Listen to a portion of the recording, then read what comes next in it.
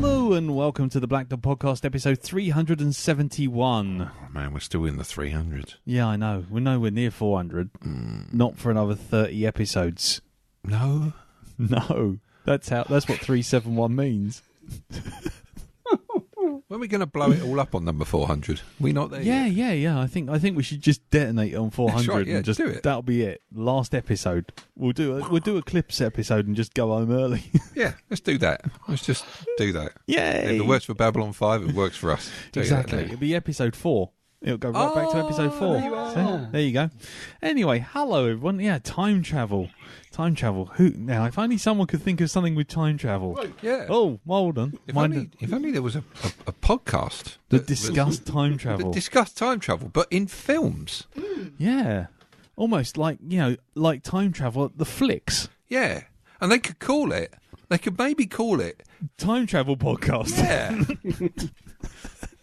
Timey-wimey wibbly-wobbly podcast. Yeah. You're mocking me, aren't you? just a touch. No, not at all. Not at all. Considering that one of the other host is quite possibly listening this week after getting a nod on the other cast. Yes. Yeah. Is he? I have no idea. No. So we all got to be on our best behaviour, basically. Have we? No. Oh, okay. And we chose to do Space Truckers. Yeah, which is always going to be like a winner. Anyway, hello everyone. Welcome to episode 371. If you don't know what we're talking about, don't worry. I'm sure we'll explain it later on. So anyway, hello. Welcome to episode 371. I'm Lee. I'm Darren. I'm Jim. And I'm Elton, in the room. In the room, yes. Elton's in my house, going through my bins. It hasn't got that bad. Darren, I'm just nicking the microphone off of you. It hasn't got that bad yet. No, not yet. But it is worth mentioning that right now, if you do hear lots of sort of like this kind of noise, that's I'm going to move that back again, so then you can snuggle up. That's because. Right, there you go. No, not that close. Oh, okay. Right, no, you can. Darren and Elton are sharing one single mic, and it's. Imagine the podcast equivalent of It's really awkward. George Harrison and Paul McCartney. Yeah, standing side by side over one mic. Woo! That's what we're going to. Every once in a while, we just go woo together. So that's going to be fun. Meanwhile, out at the backstage is Ringo. I mean Jim. Hello, Jim.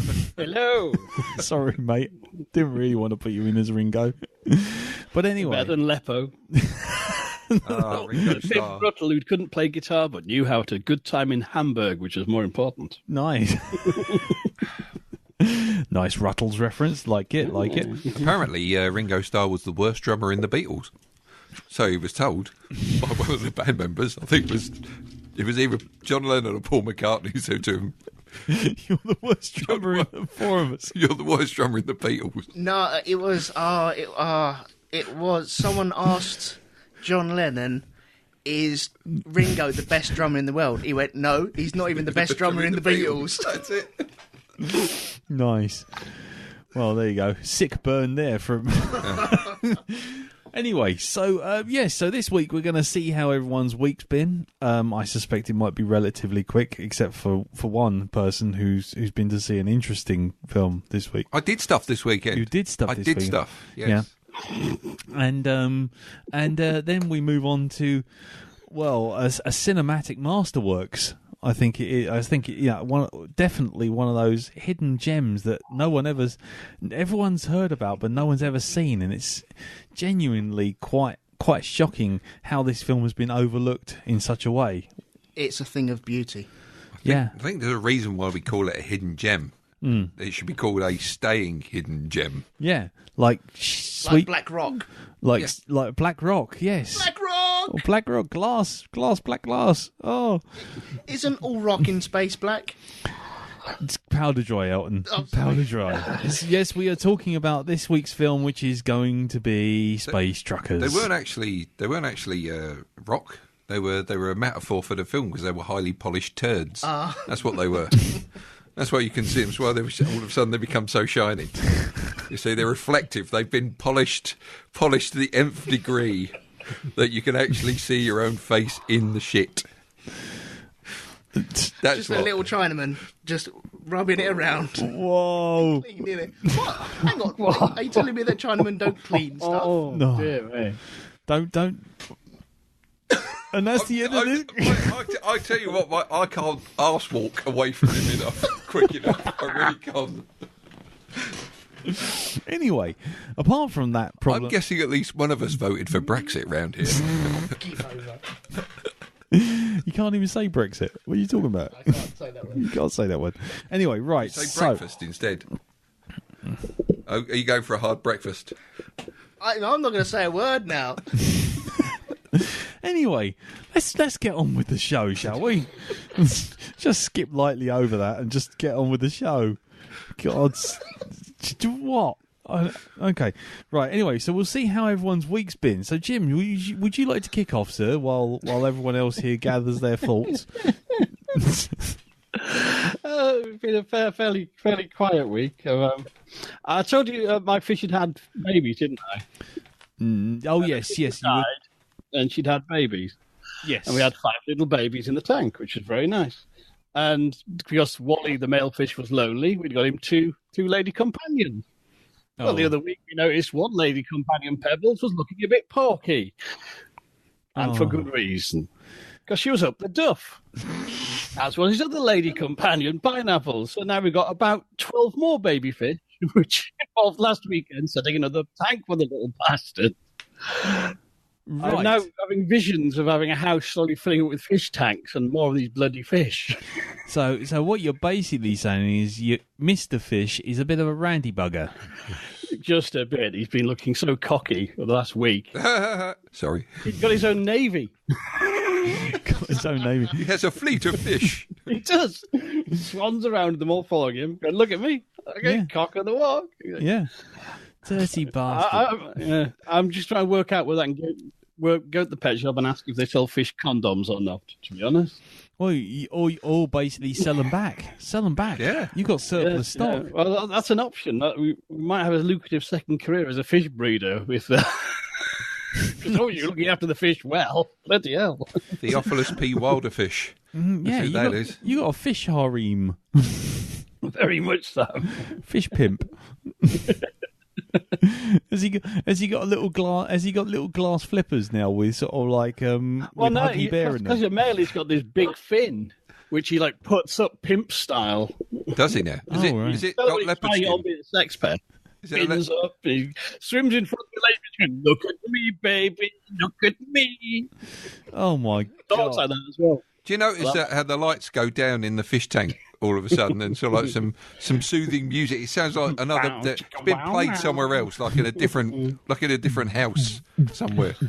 I'm regretting him showing you Dagon last week. I think he got ideas. Hey girl,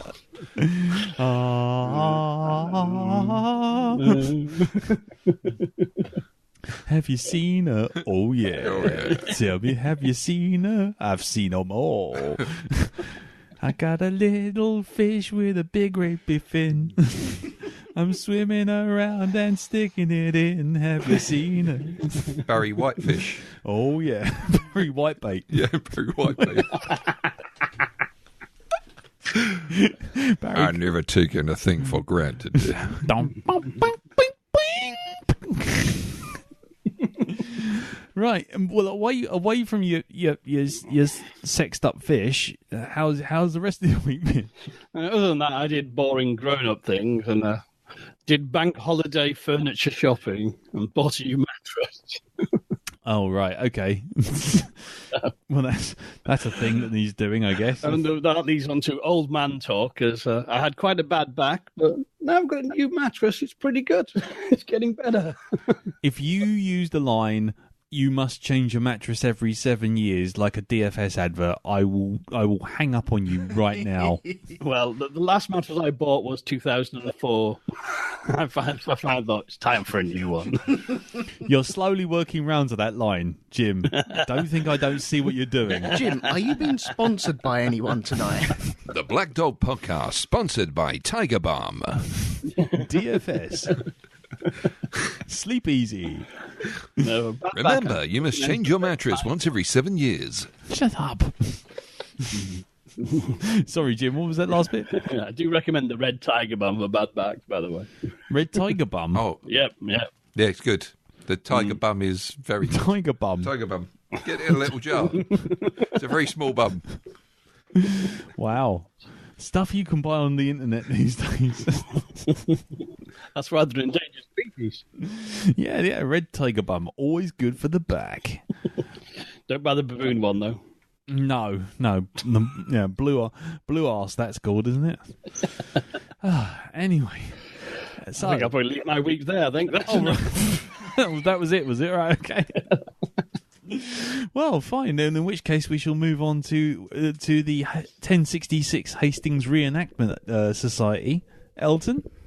Hello. How's your week been, sir? It's been different, shall we say? Has it? Yes, it's been very different. There was drama and calmness during my week. Mm-hmm. Most definitely.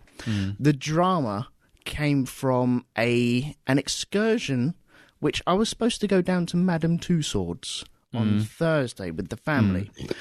We drove down to Thaden Boys what? tube station.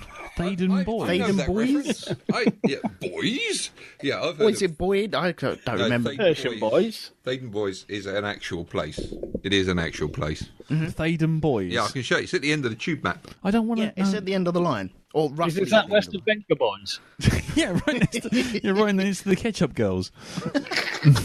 It's like the Hotel California. You can check in, but you can... Or check out and you can never leave. No, I had to go that... We all drove down there, because what we normally do, we park the car there, and then we go into London. Thaden Boys sounds like a gay harem from Game of Thrones. Here you go. Thaden Boys. Oh, And when we got there, the car park was full. right. There was not a space to have. Right at the end of the line. Oh, right. Okay, Darren's just showing me the tube line. That's, There you go. That's good. Works well on radio. Nice one. And Last stop before Epping. I will continue this story. You will. It's worth it. Trust me. Okay. Got down there, car park full.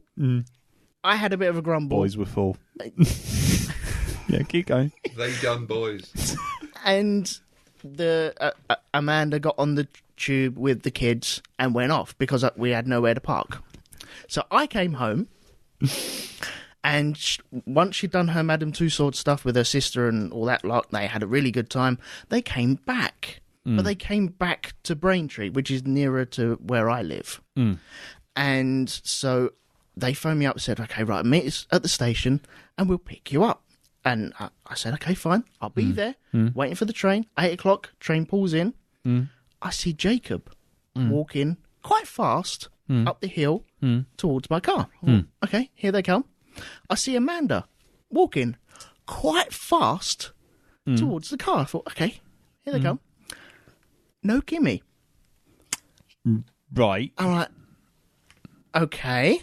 Yeah, there's 1/3. You're 1/3 down. Yeah. Yeah. And then Amanda goes, Kimmy's still on the train. What? And I went, what? And so we all jump in the car and we drive to the next train station along the line, which is luckily at the end of the line. Yeah. And we pick up Kimmy. How did you not? How did she get stuck on the train? Yeah. Well, the story I've heard is... Yeah. And I don't think it is what happened. Did this involve a mysterious drunk man? Yeah, him again. There were other people there, trust me. The train pulled into the station. Jacob and Amanda were ready to get off. There were people standing in front of the buttons. And we all know when the doors open, you're given a certain time. And if you open the doors later, you get a smaller amount of time to get off that train. And so they were struggling to get to the buttons because of these people stood in the way of the buttons. So they got the doors open. And Jacob got off, Amanda got off, Kimmy went to get off, doors shut. Right. And I think Kimmy was in her own little world. She didn't have a phone on her. No. Because my natural thing was, right, okay, phone her. No, Amanda's got her phone. Oh, this is really... But I think it was just a bad coincidence that all this sort of stuff happened. Mm-hmm. But Kimmy had her head screwed on, which was really good. She got to the next train station and got off the train and waited for us. Yeah. So, panic averted, although there was lots of panic going on. Lots of panic. Even though the train station's a 15-minute drive from where they were supposed to get off. Could I make one small suggestion? Don't have kids? Apart from that. I mean, apart from like using your time travel powers for your own mental well-being. But no. Did Amanda have a mobile phone? Yes. Did you have a mobile phone? I did. Couldn't they have called you from the platform as the train pulled away to give you time to get to the station, get to the next station? Do you know, it's... Rather than doing the long walk up the hill to tell you that the train that's already gone... In hindsight, I think that's really easy to think. I think when that sort of panic kicks in, that's a... holy crap, what the hell is going on? This is so surreal. This shouldn't be happening type moment. And that's what was going on. Yeah.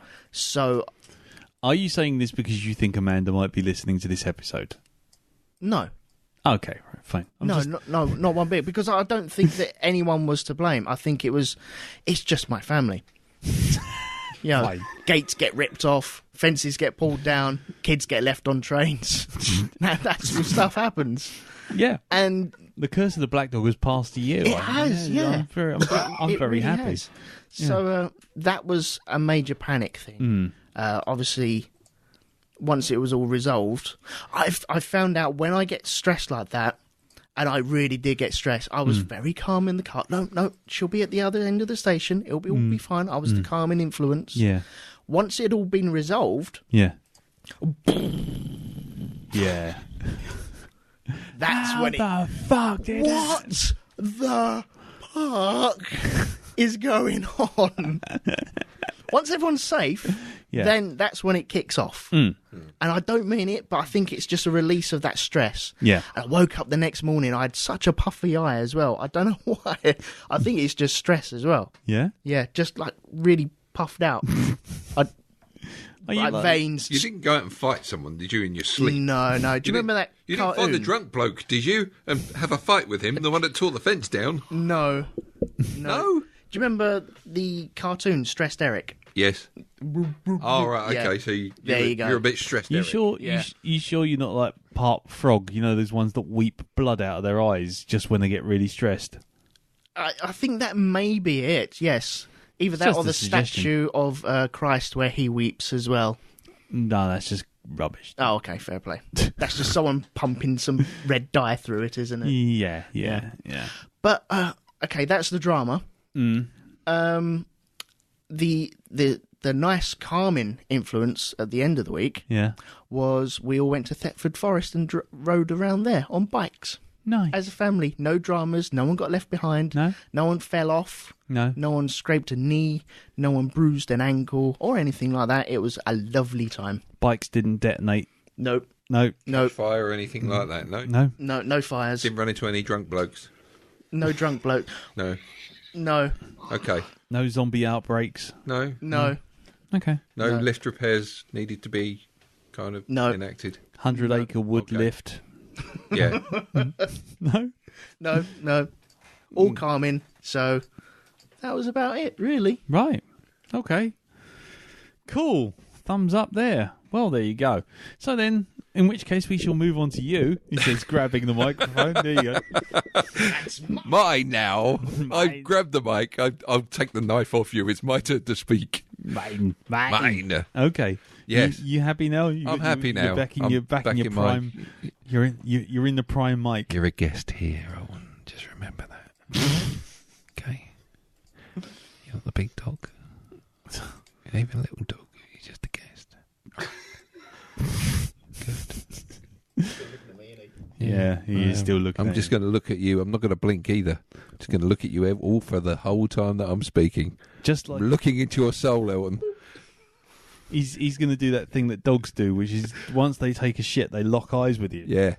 While they're doing it, you see their little heads shaking like that. But they refuse to break the stare. Yeah, exactly.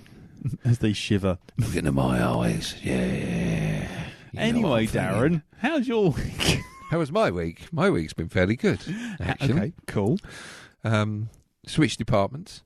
So gone back to the voice department now.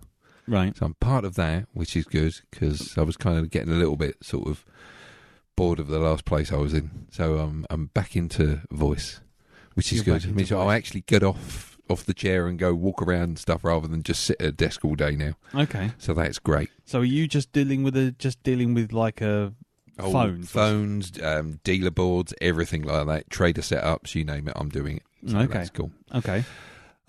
So this week, this weekend, shall we say, just gone. Mm-hmm. This Friday, I went out to birthday drinks. I mean, we both did that, me and you. Yes, we did. For Reverend Org. Yes. Mr. Reverend Org. Yeah. Which was good. That was a good fun night. Yeah. I'm not going to say it wasn't a fun night for me, but it was a different night for me because I wasn't drinking.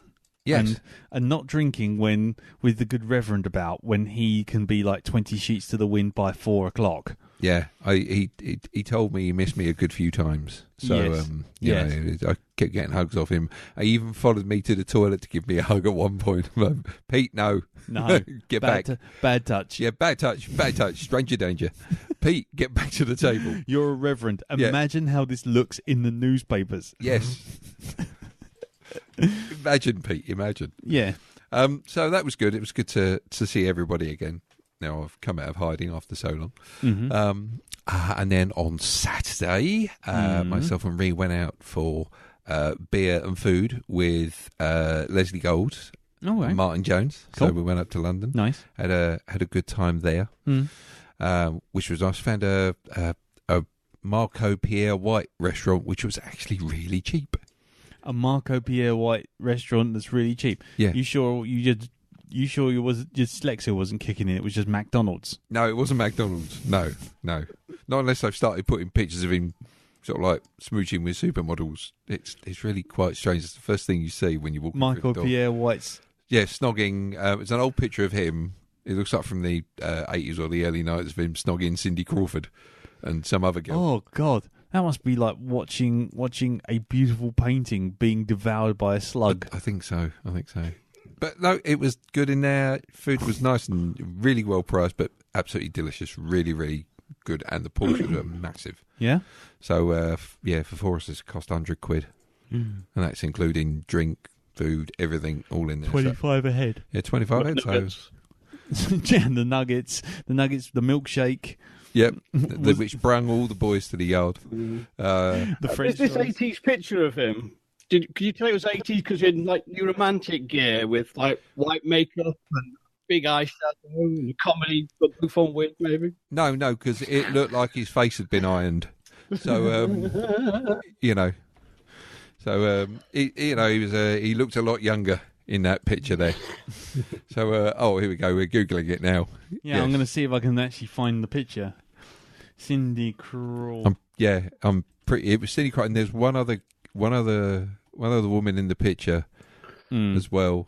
It's a black and white picture. I thought you found it there for a minute. I thought I'd found it there, but no. He does. He looks really odd. He's an odd-looking human being. Yeah. He looks like you don't know whether or not you're going to be sort of like served chips by him, or if he's going to try and beat you to death with a copy of Big Issue. Do you know that picture you've just got there? Do you know what that says to me? That says, I haven't missed that dartboard in 15 years. That's what that says. You made me miss. Yeah. Oh, you've never missed. Is that? Throw you into the deadlights in my eyes, Georgie. We all float down here. Anyway. So, yes, that was nice. Anyway, yes. But, carry on. So that was Saturday. So, that was good. Sunday, went round to help Colin Jacob. I used more power tools this week and didn't lose a finger or set a place alight or anything. Have you seen Colin since then? Yes, yeah, he's not just trapped up in his loft. You know, sure you he haven't- actually got out. You sure you haven't sort of like accidentally sort of masticked him into the ceiling or something? No, haven't done anything like that at all. Right. No, Okay. no, none whatsoever. So, yeah, that was good. Get to play with power tools. Yes. Brilliant stuff. And then on Monday, of course, we have the highlight of the weekend because myself and Marie went to see The Meg. The Meg. The Meg.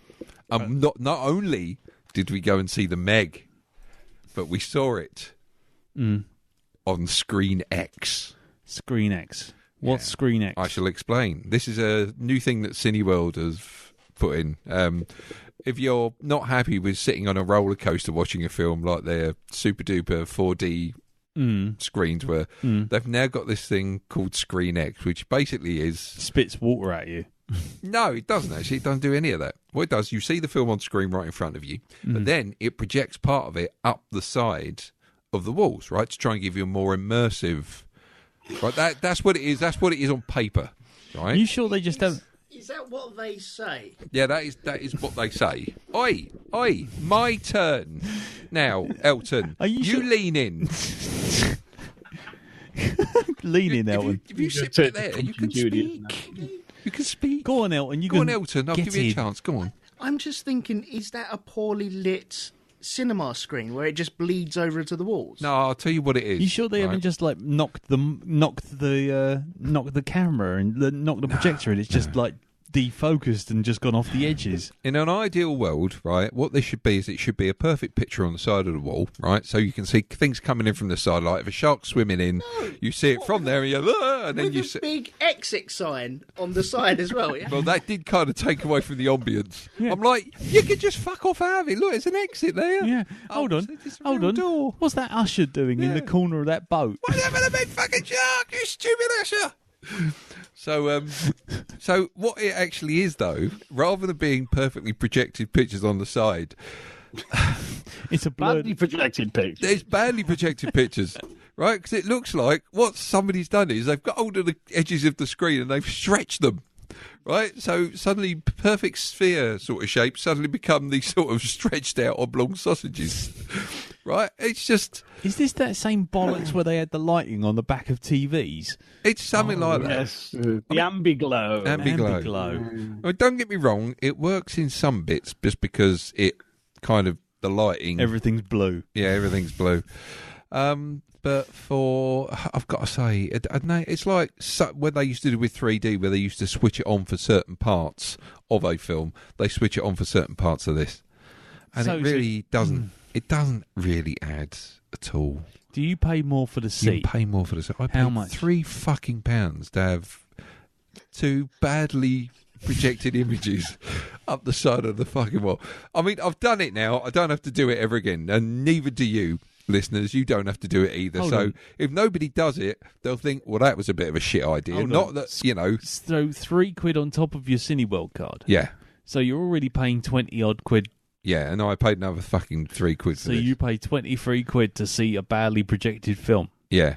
Nice. Right. So anyway, it's kind of like, you know, with Screen X, it's a bit like somebody crashing a car into a wall, right? Okay. They only realise it's a bad idea after the event, you know. But they're not that it's like you could have guessed this to begin with, you know. Yeah. But I've done it now, so you don't have to, people. All right. Yeah. Just speak to Paul Walker. He'll tell you all about that. Oh yeah, of course he will. But getting on to the film itself, what can I say about it? Does he punch the shark? That's what I want to know. Does Jason Statham punch or karate kick the shark?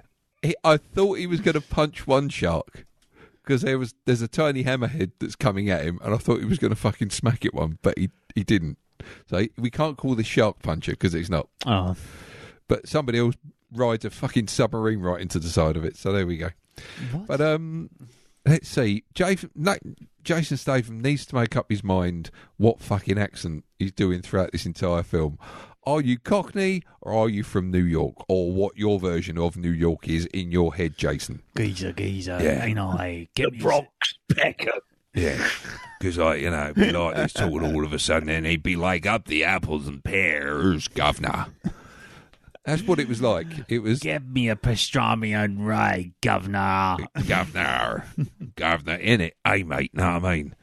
So I want a Philly cheesesteak dinner. Yeah, he couldn't quite make up his mind what he was trying to do in that film, accent-wise. Yeah. It's a 12A as well.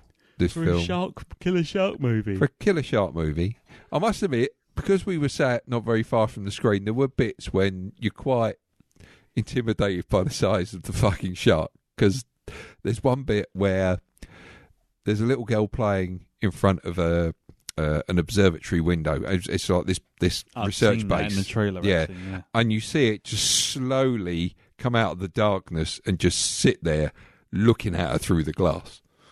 And then it fucking goes for the glass, right? Yeah. Puts its teeth into it, but doesn't manage to break it.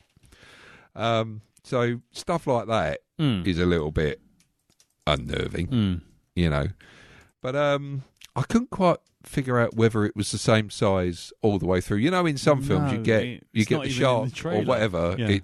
The monster grows and shrinks to suit the actual plot of the film. Yeah. Yeah. It was kind of a bit like that. It was. I'm pretty sure it shrunk and it grew again. Well, one part of the trailer, it's the size of the Red October, and then the next time, you see it in the trailer, it's so big it actually fills the screen, and the boat is about an inch across a 50mm screen. Yeah, and then another time you see it, it's the size of just like a porthole on a submarine. Yep. So it's like, pick a size and stick to it. They do actually kind of explain why we don't see the Meg as well around and where it's come from, where it's been. I know that I've read the book, but it was hiding at the exit. Yeah, this is it. Yeah, it was right behind the usher. It was right behind Usher. His musical career's never been the same since. But it was serving popcorn. It was like he snuck in, pretended to be like a concierge. Sitting there with a little tiny boxy hat on. Yep. Going, albatross? Going, albatross? Ice creams, chalk ices, Maltesers, penguins, popcorn. With all those teeth in his mouth, he's probably going, popcorn. Yeah. Yes, popcorn. Popcorn. Chutty. You want a chutty? Got the girl. I won't go back in the case. Kaiora. I've got a Kaiora if you want a Kaiora. Crusaders, Peanuts. I got them as well. Fuck me. What, has he gone back to like 1975? A cinema there? Is that what he's gone to? Yeah. Crusader, owe you any nuts? Big bag of raisins, salted cashews. Wow. We got 3 bags full. By the way, you could go round next door. There's an Indian restaurant not far from this theatre. I'm Meg from the film Meg, and I'd like to introduce you to Bristol Street Motors, just round the corner from this theatre. What my mother has said. She would have said you should have gone to MC Cotton Road Motor Cars. Yeah. Bought one from there. She said you should have gone to the spa just on top of Bromley Road. Hi, hello, I'm Meg from Meg. And I'd just like to say... Sorry, Gary. It's all right. Do you know, it's quite a contrast because the night before we watched Jaws, right, just to get into the sharky mood of it, right? My word, it's just you really do appreciate the skill that went into making Jaws when you watch something like Meg. You were better off watching Deep Blue Sea 2. No, I've got a feeling this wasn't as bad as Deep Blue. And it wasn't the worst film I've ever seen. It was a big, dumb movie. That's it. It's grab some beers, watch it. Don't take it too seriously because there is nothing to take too seriously in this at all. And anybody who goes to see it... Stacey, and there's a post-credit sequence. There is no... America. Yeah. Waking up in a fish tank. There is no... There is no post-credit sequence in this. at all. So, I know you're dying to see more by the end of this, but trust me, you don't have to wait. Okay. You can just leave. Is the sequel coming out, Mog? Because then you have Meg and Mog. No, it's called, was it Meg 2, Meg Richardson, the Crossroads Motel Aqua Sea Life Centre. Meg Ryan and Michael here's Benny the Whale. Michael Parkinson. Hello, I'm Meg from Meg. Gallagher. And on my show today, we have a well-known actor who's won many Oscars and awards, Michael Fishbender. Hi, Hello, Michael Fishbender. Hello. I am playing Magneto. I thought it was Crabnito in the new X-Fish movie. Is that correct? I'm playing. Why am I sounding like Janet Street Porter? Hello. I'm Michael Fishbender, and I'm going to be playing Magneto. Magneto. In the new X-Meg film. This is a whole segment of this talk that a lot of people who A, don't live in this country, and B, weren't alive during the 70s to watch the Crossroads Motel will have absolutely no idea. Or cinema adverts from exactly, yeah. From the 1970s. Or cinema adverts from that time. Okay, well, is that it, yeah? Don't know. Yeah.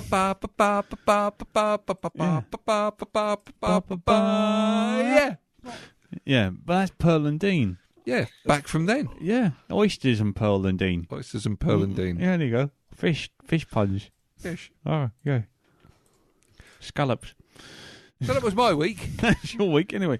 Yeah, okay, well, then that makes things easier for me, because basically my week went to Reverend Org's birthday party, stayed there for a while, not drinking, which was interesting to say the least, because everyone was pretty much ratted by about 8:30.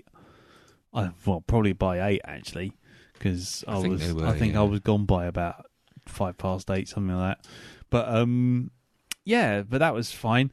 We did address the big issues, the big theological issues of the day, such as if you bless something, it cannot be destroyed. It must be treated with reverence. Yeah?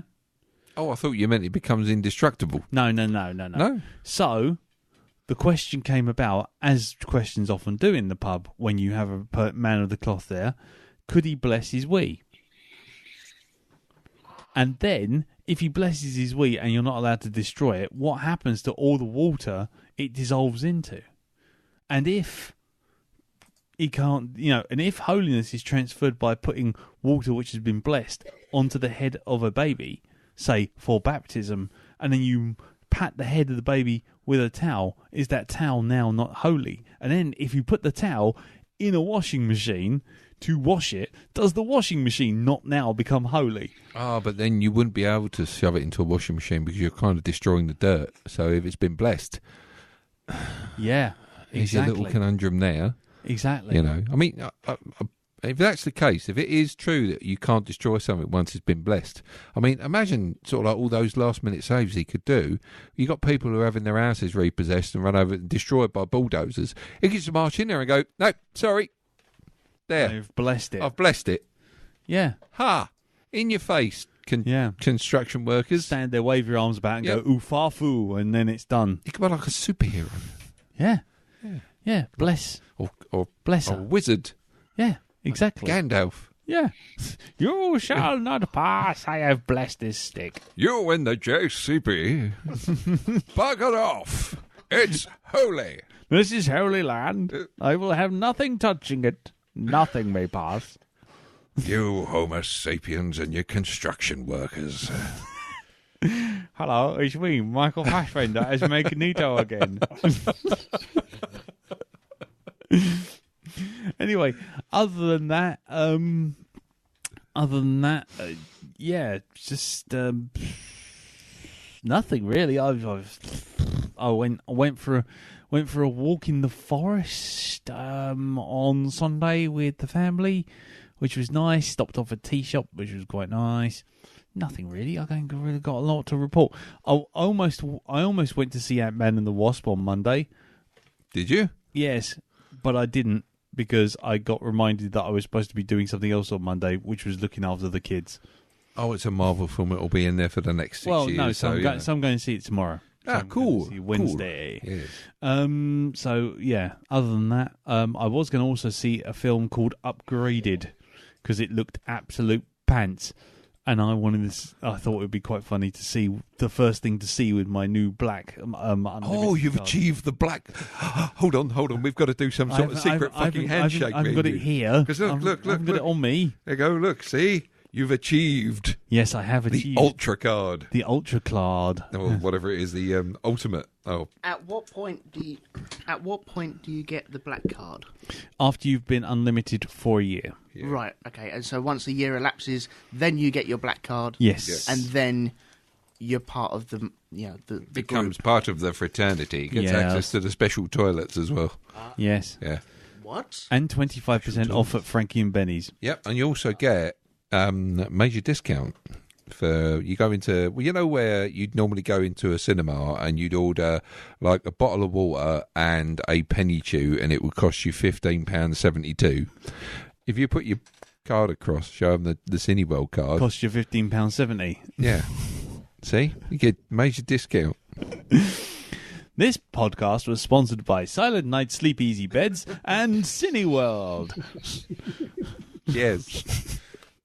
Anyway, so so I haven't really done an awful. Oh, the Edie is up and running. It's sitting here, glowing by my knees. I enjoyed reading about that as well. Yes. Yes, on the Patreon page. Oh yes, I read about that there. Thank you. Yeah. Oh yes, the Patreon page. Thank you, everyone. Patreons. Thank you. What are the other names of your computers? Well, the one that's sitting over by my TV, which is my backup PC. Oh, Darren's just laughing. Don't start. Just don't. I'm not saying a word. Anyway, you can't miss what you don't have. That's what I'll say. Fuck you. Fuck you. Anyway, that was Deep Thought. Was the last one, and then the one before that was Hal. Mm-hmm. And then the one before that was Mother. Oh, nice. So those are the three PCs that I've built over the course of time. So now I'm on Edie. So the next one's either Skynet or something else, I guess. May I ask? Yes. Silly question. Yes. Deep Thought. Where does that come from? Hitchhiker's Guide to the Galaxy. It's the computer that invents the Earth.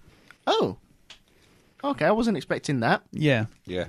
It's the one that thinks up a computer that's more clever than it is, and it turns out that's the Earth. And Edie? Edie is from Mass Effect. Ah. And it's basically Tricia Helfer from Battlestar Galactica. You know 6? Yes. Yeah, well she was the voice and the body actor for that character. Oh, interesting. I didn't know that at all. Yes. Which makes it even more funny when you're in the spaceship and you're firing probes at different planets, and then you go to the Earth system and you fire it at Uranus, and it goes, probing Uranus, really, Shepard? And you get Tricia Heffer saying, basically, yes, probing your anus. It actually does that. It goes, yes, all right. I'd like to have that sample as my ringtone. Probing Uranus. That's brilliant. That's your ringtone. Yeah, my ringtone. Yeah, I intended that pun, honest gov. Anyway, so that's about it really. That's up and running now. Humming away in the corner. That's Edie. And that was also the picture I put at the bottom of the Patreon page, you see. Deep Thought was at the top. Edie was at the bottom. I'll have to go back to that page. Whereabouts is that page? That's patreon.com/Black Dog Podcast. Oh, okay. Excellent. I will go there now. Lovely. No, you won't. No, you won't. Anyway, so so thank you to all the Patreons who have contributed and allowed that to happen, because it's now sitting here doing its thing, and it's amazing and lovely and working, and there's no buzzing and noises and shit. So that's really cool, and no fear of it crashing and dying for a good long while yet. At that point, the lights went out. Anyway, right, so that was my week. Nothing really much to report. Like I say, next week probably a lot more to report, because also next week, Also next week is The Predator. Oh, yeah, okay. Minicast, guys. The Predator. Are you going to see it? Yes. You are. Yeah. Have you not seen the latest trailer? Yeah. You're not convinced, are you? Well, you've just bloody seen the Meg. I mean, I think this is a step up. Yeah, you see, because I've seen the other trailers, and it's like, well, I know that there's this bit, and they, it's have they stopped treating it like a disease now? Were we misled in the first trailer that the Predator is actually a disease and not a real being? And No. We'll see. We'll see how it goes. Anyway, I might try and see it. yes. Well, it's on at the 12th. The 12th. So that's next Thursday. So if we get a chance to see it, that would be, I think, a quite good mini cast for us to I attempt. think that would be good. So I should be available for that. The 12th, yeah? So we'll are we going to see it in Screen X? No. Okay. No. You're seeing Scream 1970s. Yes. Which is a dirty sheet on a wall with drawing pins still in it. Proper home movie 1970s style. That's right, and a T-ring on it. Has it got a cine camera type thing? Yeah. Projector for it? Yeah, you can't hear the actual soundtrack because all you can hear over the back is... And your dad's swearing. Yeah, as he sits... It doesn't fucking work. I fucking kill a guy who limits to me. Fucking know. Janet, it's caught in the fucking spoilers again. Fucking thing.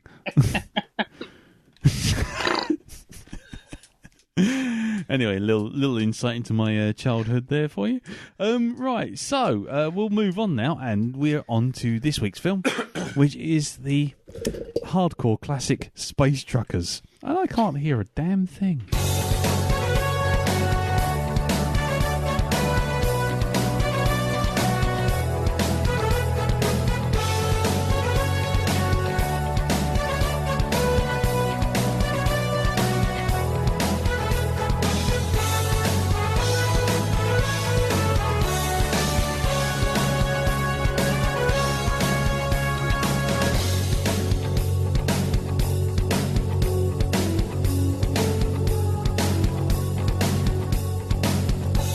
We watched it together. Our hopes they were high, but as the film rolled, we started to cry. Was the director to blame for hyping the crowd? Will we ever trust that cunt again? It's your cover goggles. Please put down the microphone. You have 10 seconds to comply. Your cover goggles. 5 seconds. 4. Your cover goggles. I'm now authorized to use physical force.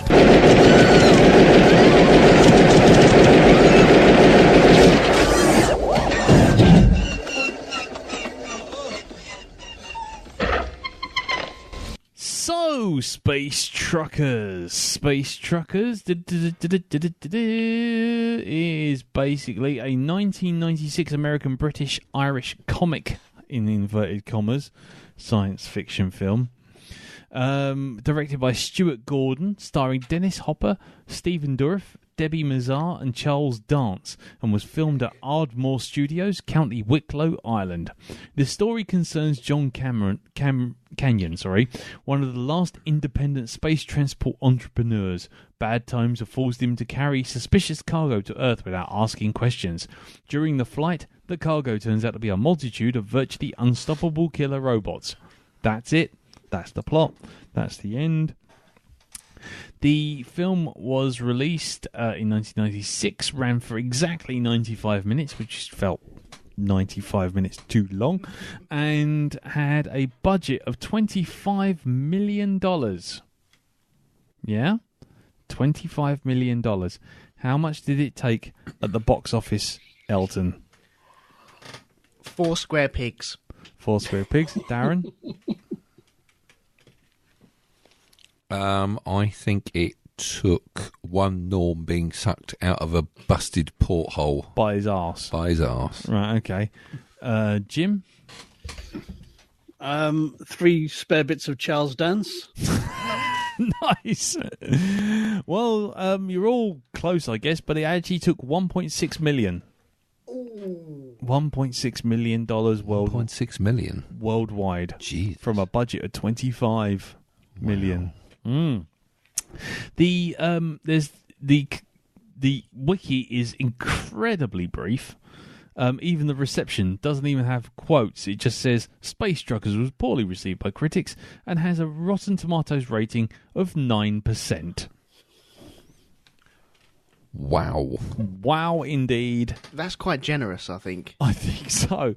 So, yes, it has 9%. I go on to IMDb for some trivia, and 2 bits are repeated, and the other bits aren't really trivia.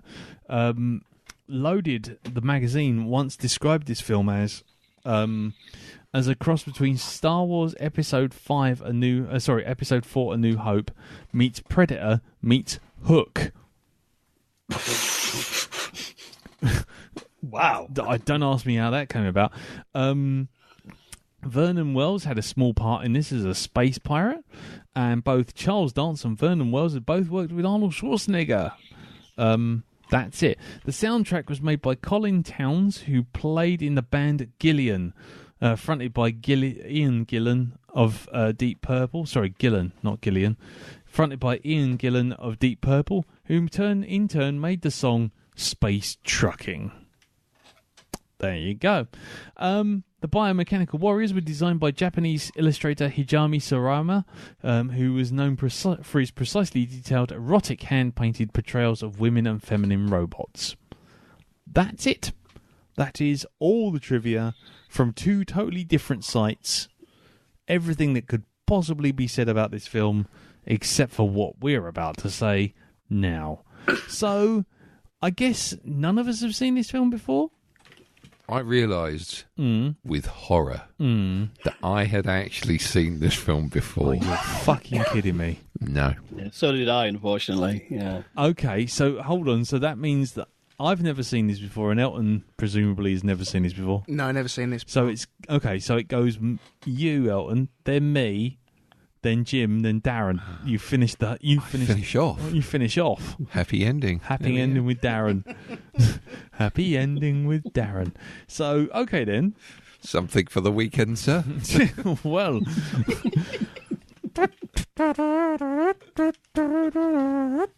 Anyway, so brown chicken bow cow. We're moving on. So Elton, Gentleman's up to Daisy. oh, slipsy upsy. Not at all. The Jasmine Tangle.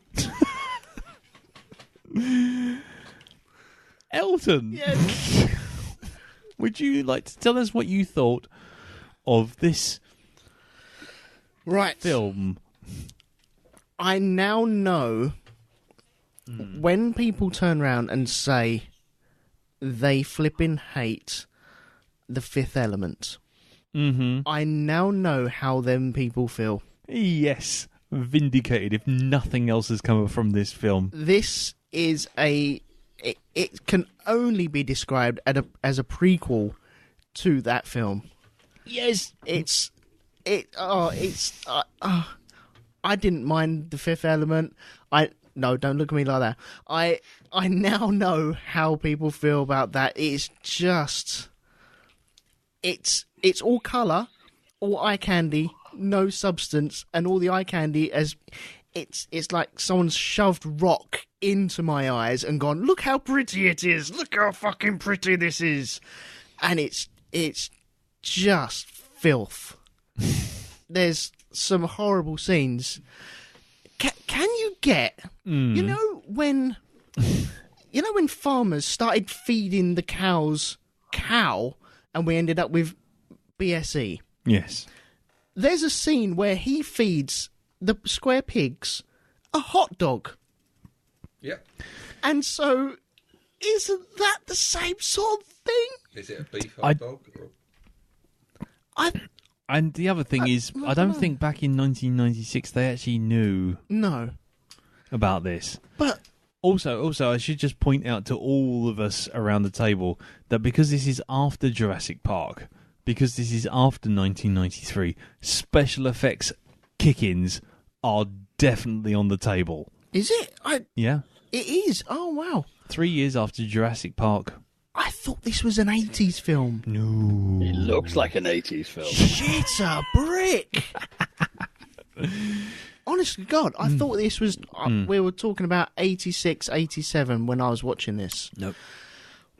Wow, okay. Wow, when did Fifth Element come out? 97? Fuck off. I don't know.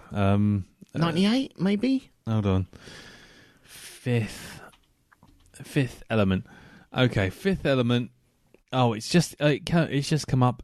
File unfound. Attachment unavailable. I'm sorry. Oh no. It's terrible. This film seems like Dennis Hopper walked into a set, and he was kind of poked on with like a cattle prod, and like, no, you got to do it now. You signed up. Well, I didn't. I was drunk when I signed that contract. And yeah. I don't know what I'm really doing. And he's kind of just going through the motions, trying to get the best out of whatever he's been given, and just not getting anywhere with it. That being all said, Charles Dance, I think, is fucking brilliant in this. I think he's amazing in this. Is this a Raul Julia thing from Street Fighter? You know, you just sit there and go, well, he's giving it his all. Oh, my belly's burning. But I think it is. He looks like he's having fun. I think he looks like he's having, especially when he's got all the makeup on. He's got all the makeup on. I built my brain myself. I love that. The glasses with the eye that doesn't really come off. But he knows. It's like he signed up at the same time as Hopper did, and yet when he walked out on stage, he was like, "Oh, okay, well, this is going to be terrible. Well, I might as well have fun while I'm here. Coke and cookers, why not? Bring them all in." And he just played it up, and he looked like he was having the most fun on it. The rest of it is just utter guff, where it's just awkward scene after awkward scene after awkward scene, and none of them really fit together really well. They try to make sets and try to make curved sets as well. You're like, oh fuck off, man. Well, it goes up a little bit at each side. Yeah, and everyone's clearly clinging onto their seats for grim life. Yeah. It's like, oh no. Especially when they walk into the containers as well, where they kind of, okay, right, we'll balance here, wait for the door to open, and then, okay, now we can stand up properly. But it's weird because you have puppets in it as well, which didn't seem to fit the aesthetic. The square pigs, I looked at it as like, oh, that's off. That doesn't feel quite right. I know what they're trying to do, but it just felt, okay, battery hens, the pig version of that. I felt sorry for them, really. Felt quite sorry for that. You were more invested in the pigs than any of the human actors or characters in it. Yeah, the story. Okay, right, we got to get back to Earth. Okay, that's what else are you gonna do? You got to do that. But then you go along. They just don't even make the trucking bit interesting at all. No. And black rocks. Honestly, I know we've already said this, but fucking black rocks in space aren't all black rocks, or aren't all rocks just black when you don't have any light on them. Why don't the trucks have lights on them as well? So you can see these black rocks you keep coming across. Or Dennis Hopper seeing them on the scanner and then going, no, there's nothing out of my window. I'll just carry on driving. Even though my scanner's red hot with black rocks and there's obstacles all over this place. Yeah. But yeah, the story of getting back to Earth and give over. Oh, he's going to make it. and then he parachutes down. Fuck off, man. Fuck off. He doesn't parachute down. Action Man parachutes down. He just runs on the set and, we'll let a parachute go. Make it look like he landed. But, One of those little parachute men you used to get out of Crackers. Someone just threw it in front of the camera. But the most fun I got out of it was Charles Dance, especially when he's trying to his penis. Oh, with the wang poles. Yeah. I loved that. I thought that was good. I thought his character was so over the top. It fitted the film, but it didn't look out of place with anything else that was going on there. Whereas other characters seemed like the Norm character. He seemed way over the top. He was the what's his name? Who was in Fifth Element? Ruby Rod. No, not him. No, Oldman. Gary Oldman. Oh, he seemed like the Gary Oldman type person who was trying to fit into that world, but didn't really fit in there. And then he kind of deserved to be sucked out through his own a-hole. Arse backwards. Yeah, that's that's.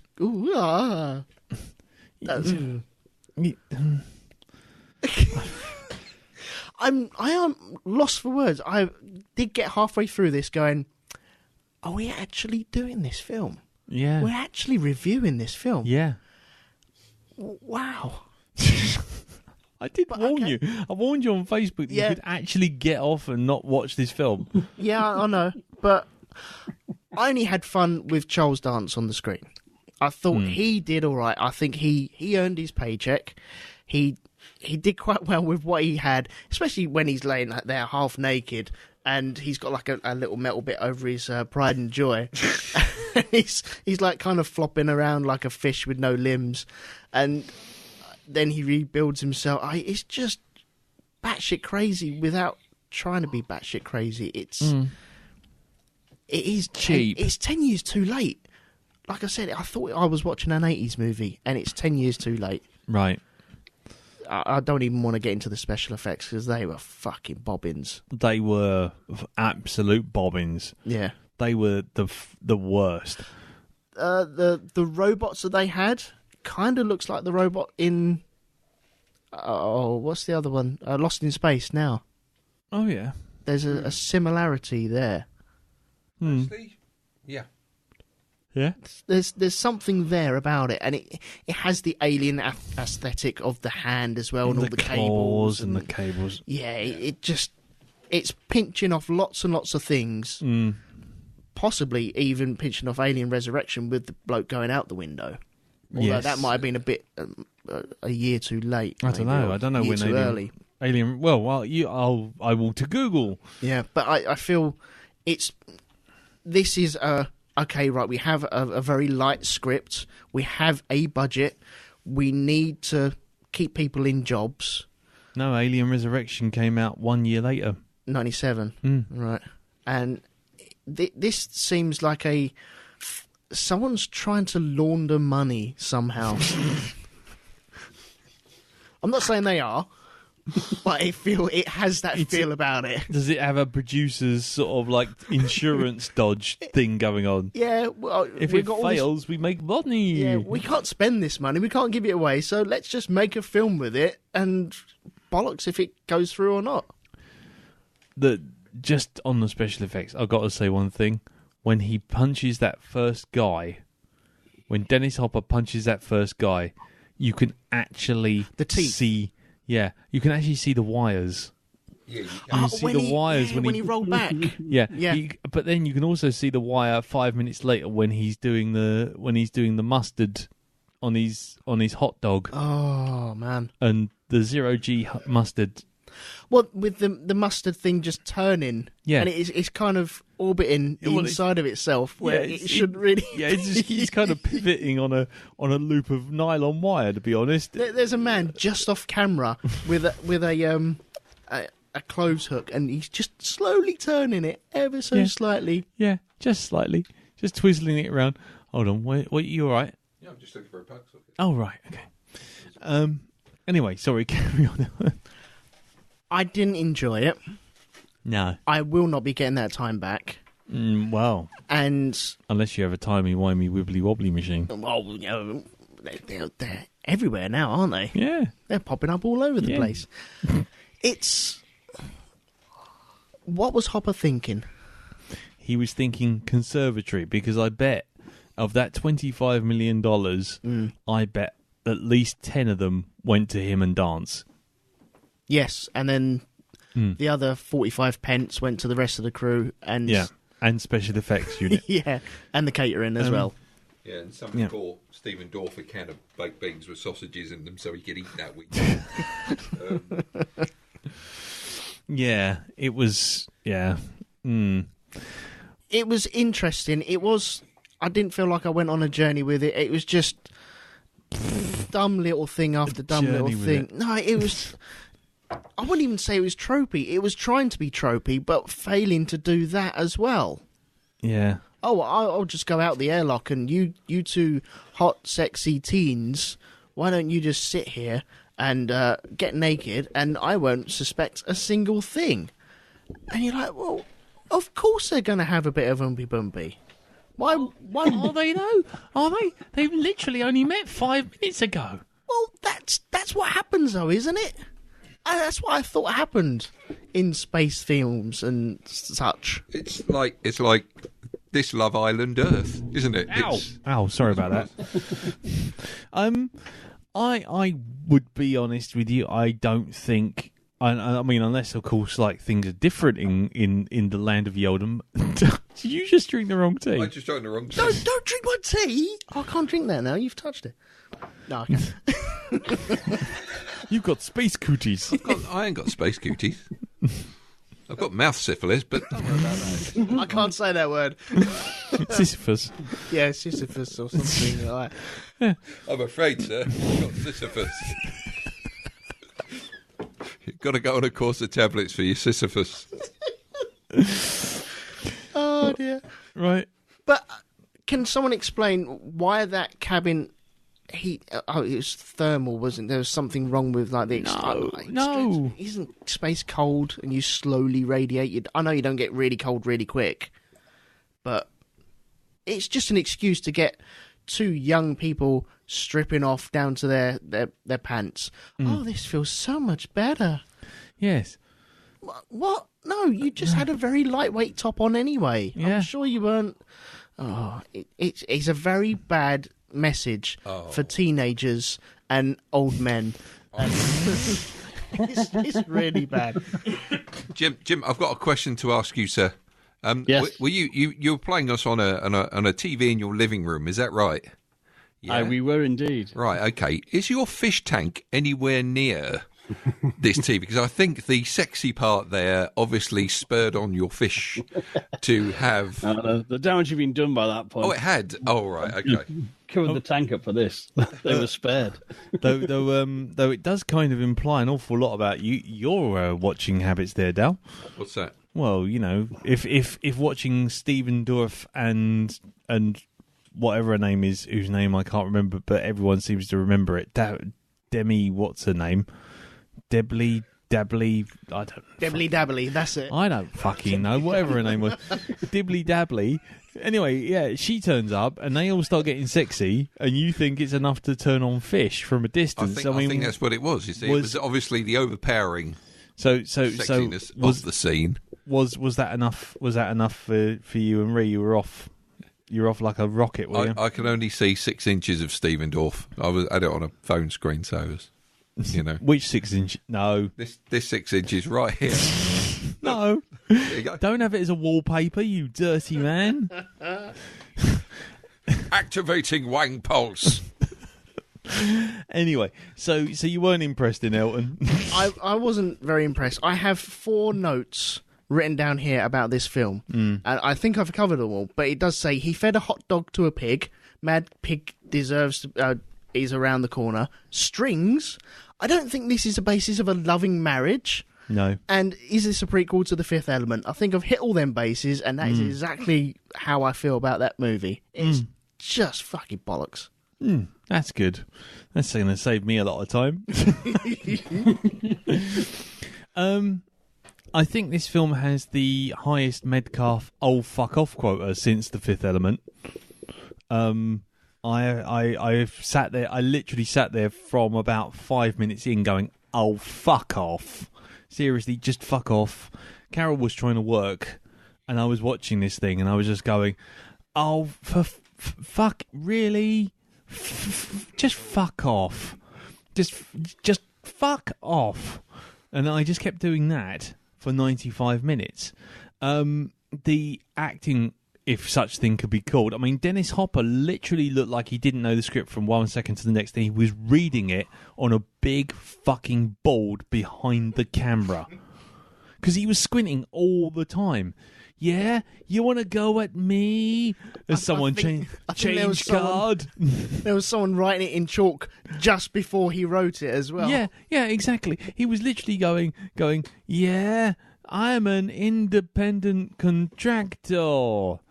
Or anyway, so Stacy, you gonna marry me? Yes, I will marry you if you take me to Earth because my mother is sick. It was like fucking different talking clocks talking to each other. You know what I think they did in this? The production meeting was, look, Dennis is our highest paid actor here. So what we're going to do is we're just going to let him say shit, and then you guys can make it up as you go along. Okay, but it's got to be he's giving you the cue there. Okay, whatever Dennis says, just fill in the blanks. Yeah, Go with it. The other thing was, I mean, there was never ever at any point in the script anything brought up with him going around going, "She's my fiance," and everyone going, "You dirty old bastard," because he was clearly in his 50s, 60s right there, and she was like 18 or something. There was something going on. I mean, maybe it's me going, all policemen look the same age these days, but you know, I think you are. But she was definitely a lot younger than him, and it looked really dodgy from the start.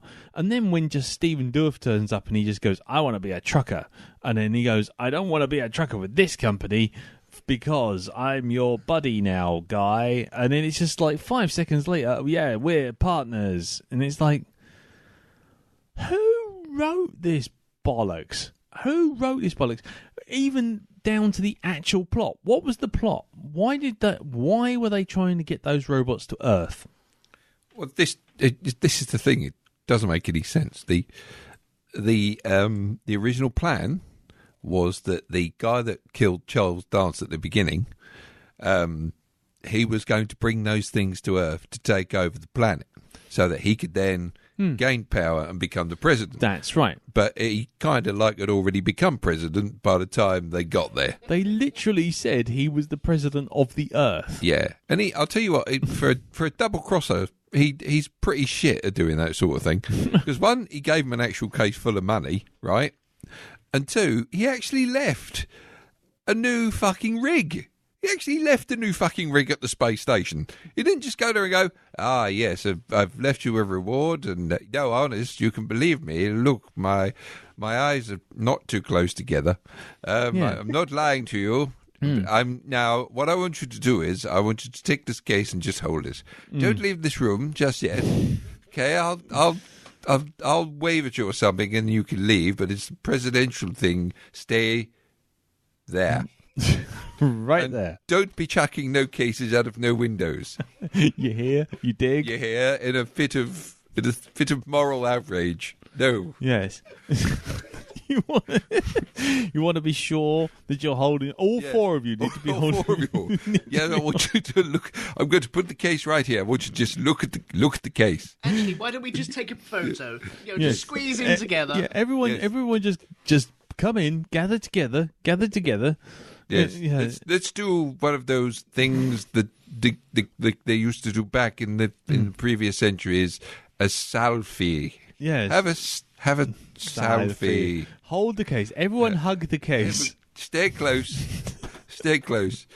Ignore the ticking. No, there's nothing in there. Nothing at all. It's that. The other thing the other thing, right, with that whole scene was, firstly, there was no point to the robots. There was no point to them turning up. There was nothing about that apart from, and there was no need for it to be Charles Dance finding the robots. Charles, get up and dance. Yeah, because Charles, you should be dancing. Yeah. Charles, get deep, shut up and dance. But the thing is, it's even his little pendant around his neck. Well, what was, he can turn them off. Brilliant. Okay, now what? Well, we can turn them off. Brilliant. Now what? Well, we can turn them off again. Oh, brilliant. Now what? That's it. That was all Charles Dance was there to do, was deliver a pendant. And be Charles Dance. And be Charles Dance. What an amazing coincidence. There happens to be all the robots, and there happens to be a switch-off switch around the person who has kidnapped you with the robots. Isn't that an amazing coincidence? It's not like it's been written... That is an amazing coincidence. It is an amazing coincidence. And, 1 minute the robots are utterly indestructible compared to an entire flotilla of the presidential army. And then, one robot wipes all of them out. And then 5 minutes later, the space pirates are shooting them down with a machine gun without even bothering. I mean, it's stupid in the extreme. The whole thing when she dresses up in Charles Dance's sort of pseudo-plastic Nazi gear and then gets the guy to cut them down by just gesturing. It was like... Really? Is this it? This was literally written on the day, wasn't it? This plan. It was written on the toilet, I think. Yeah, and the special effects were frankly fucking insultingly bad. The bit when he drives the truck off the space lane. I mean, firstly, space lane. All right, someone has sat there and gone from Earth to Jupiter every 15 feet and put a space marker like a road. Of course. Yeah. If you get further up the road, you see a bloke with a little cart putting the white lines all the way down the road. All the way down. And then because he veers off it, he goes sort of slightly he goes off to the right, which is the best bit of driving I have ever seen. He's the first driver in history to turn right. Yes, exactly. He does that, and he goes, we don't have to worry about the space police anymore. Why? Because we've gone off the road for too long and they'll have to fly back. What? May I ask, why were the police recalled? Why were the police even after him? What? Why were the police? Yeah. Why? Fuck the police.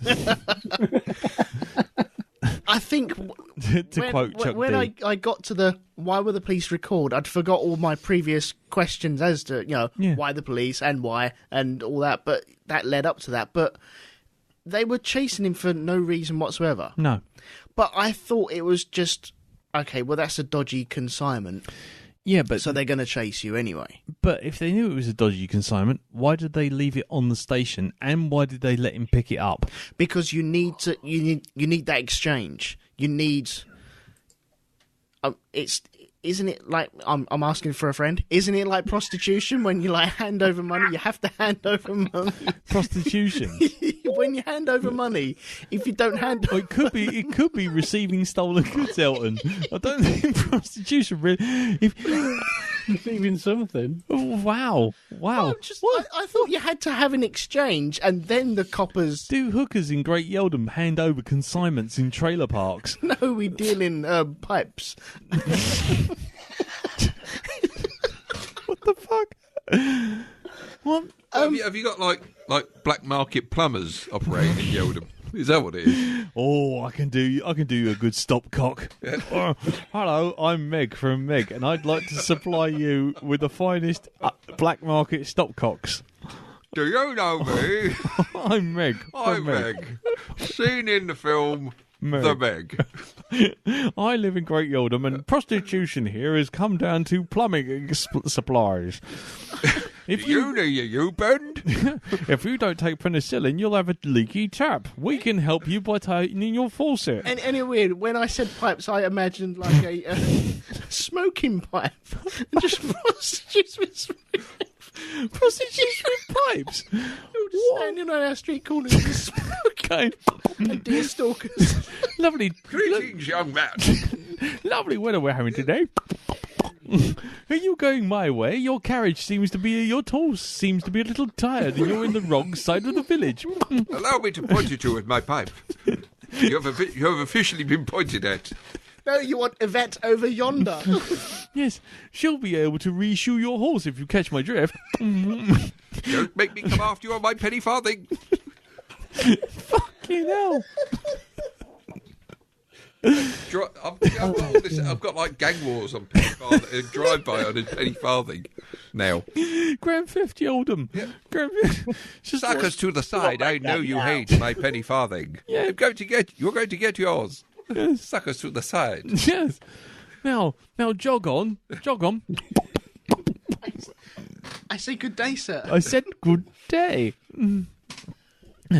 If you don't want carnal relations with this sheep, then please move on.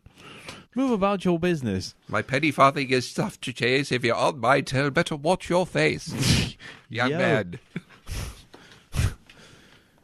Done? Yes. Right, okay. Anyway, the film is shit. It is genuinely absolute, complete bog shite. The sexual politics of the fucking thing is just non-existent. Oh yeah, hello. You're gonna get me to Earth. I'll have sex with you. Okay. Oh, right, dumb. You better come upstairs, young lady. I've got my fucking lawnmower ready to prime for you. It's like 5 seconds earlier, she was ready to jump fucking Dennis Hopper's bones. It's like, oh right, and now is Brad Dourif floating about in his pants, and it's like, oh right, now I'm gonna have sex with you. It's like, am I watching some sort of like Carry On Outer Space? Carry On Star System? Carry On Up There were Uranus? no penny whistles. There were It weren't slide far whistles. off. Carry On Up Uranus. Yep. I mean, that's literally what it was. Just that. The film was bollocks. It was absolute bog shite, stupid, nonsensical rubbish. Absolute toss. And everyone in it should be ashamed for even taking part in it. I think everyone should have literally been taken outside and shown the airlock. Just one more film, says Stuart Gordon as you fired him into deep space. I mean, this is the guy who made fucking Reanimator. How does he end up with this shit? Why is it the trucks look like trucks? I mean, Because they're trucks. what? No, they're in space. You don't just take wheels off it and call it a spaceship. Really? It's like having a space plane and putting wings on it. Yeah, and a propeller on the front. Yes, yes. Oh, that would be wicked, wouldn't it? Yeah, space propellers. And then put rockets on the back and paint it orange and go, it's a space plane. Just fuck off. It's absolute nonsense. The robots were just stupid in the extreme. They were easy to defeat. They were pointless. There was the plot in the first place with the I'm the president of the entire world. I could take over the entire world with these robots. Well, you are. You own the fucking whole No, he world. wasn't. He wasn't president then. Yeah, but by the time he even got the fucking thing in place, Yep. Charles Dance managed to build himself a fearsome reputation as some sort of space pirate. The entire universe had fallen under his heel.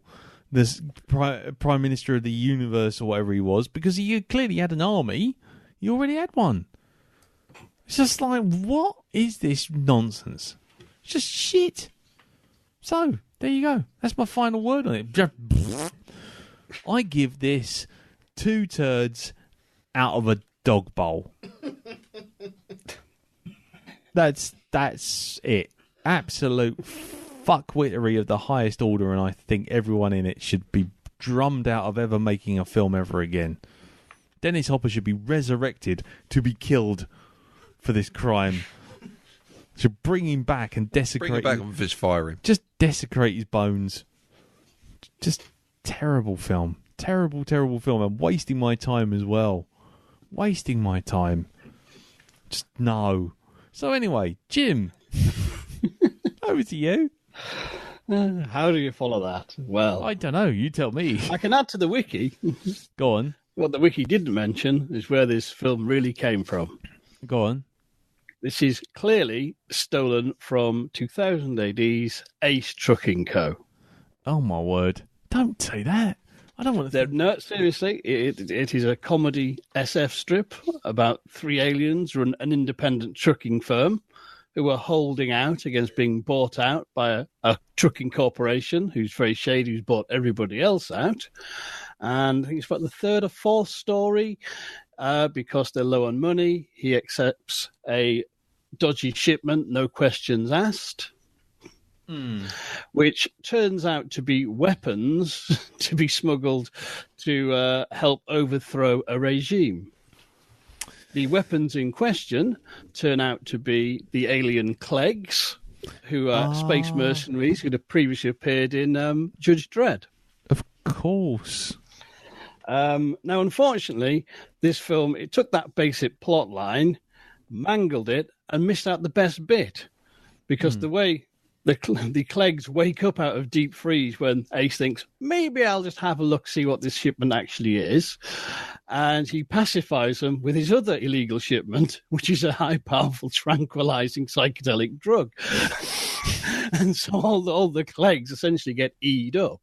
Nice. And the big joke is that when he finally managed to avoid the galactic police and various people trying to kill him and drops off the shipment and gets his money, the people who's bought them discovers actually the Clegs are now useless because prolonged exposure to this drug has rendered them permanently pacifist and blissed out. Nice. Oh, that's good. I like that. Yeah, but that's why this film is shit, because it takes the first half of the plot, gets lost having Charles Dance doing Space Terminator Captain Hook, and to coin a phrase, this film is a square pig in a round hole. Nice. Nice. But I know I was watching it, I couldn't believe that this hadn't been made in the 80s, because, I mean, the deficiencies of the plot and the effects aside, it was just the costume design was just offensively ugly, even by 1980 standards of the bright colours, and just it looked like the set of Whack-A-Day with Timmy Mallet. It was just horrible. And it was just kind of. I mean, thing is, a couple of days before, as part of my research, because I'm going to be covering it on my show as a follow-up to The Shadow of Innsmouth, I covered Stuart Gordon's later movie, Dagon. Yeah. Which is an adaptation of The Shadow of Innsmouth. And that's really, really well done. It looks great. It's atmospheric. It's well-paced. You wouldn't believe it's the same director. I think there's some weird thing that goes on in Hollywood. You know, like George Miller made the Mad Max films, but then there's a George Miller who made the Babe films. Yes. I think there's a similar thing. If Stuart Gordon's doing horror, Reanimator, From Beyond, Bride of Reanimator, Dagon, Castle Freak, Dreams in the Witch House, you get something pretty good. If he's doing SF, you get this fortress of robot jocks. Oh, and it's like a completely different guy. It's like a completely different filmmaker. Fucking robot jocks. Are there actually two? Yeah, because the disparity is so great. Yeah. That's very true. Fucking robot jocks. Oh man, that is the same thing. It's the same deal, isn't it? It's just like terrible writing, no understanding of how this plot will work, but let's hope that the special effects or something will carry it over. Including as we found out with this is Debbie Mazar. There you go, that's her name. Just getting her bits out for the lads for the duration of the entire runtime. But in a horrible green plastic bikini. Yeah. There's really, if that wasn't a passion killer, I mean, you've got a fetish for she was 80s synthetic wear. It was horrible. Yeah. She was in Goodfellas and The Doors and fucking Malcolm X and bloody hell. So she's been in some good stuff. Yeah, and then all of a sudden it's sort of like then all of a sudden it's like Space Truckers and the Casper Spirited Beginning, and then House on Haunted Hill remake from yeah, exactly. Can I just bring up one thing that we have up until this point forgot to mention? The roller coaster seats in the trucks themselves. Oh, what? Who thought that would be a good idea? The same person who thought a steering wheel, and let's not forget a steering wheel, a device for turning in only two planes, left and right, would work on a ship that had to have 360 degrees. Times 360 degrees. Yeah, 360 degrees in every conceivable direction. Yeah. So, that works really well. Left and right. And then, danger's over. Oh, flipping hell. And you've just put that crappy little grey plastic over it to make it look like it's been lived in. Well, it's like Dennis Hopper's space hat, which just happened to have the brim cut off. Oh, Jesus. That's horrible. Anyway, sorry, Jim. Carry on, mate. There was many things about this film which was just horrible. Mm-hmm. They were all horrible. But it was kind of... I was just sort of watching, almost marvelling at it's kind of the ill-thought-out nature of it all, really. Yeah. And I couldn't believe I was watching this for a second time. And it's clearly a film it was so bad I blanked it from my memory completely. I was going to say, at what point did you realise you'd done it for the second time? And then what point did you consider just turning the... Unfortunately, it was early on when I saw the square pigs. Oh. I knew I'd seen it before, but equally, I still couldn't remember anything about it, so I couldn't dodge out of watching it. Oh, man.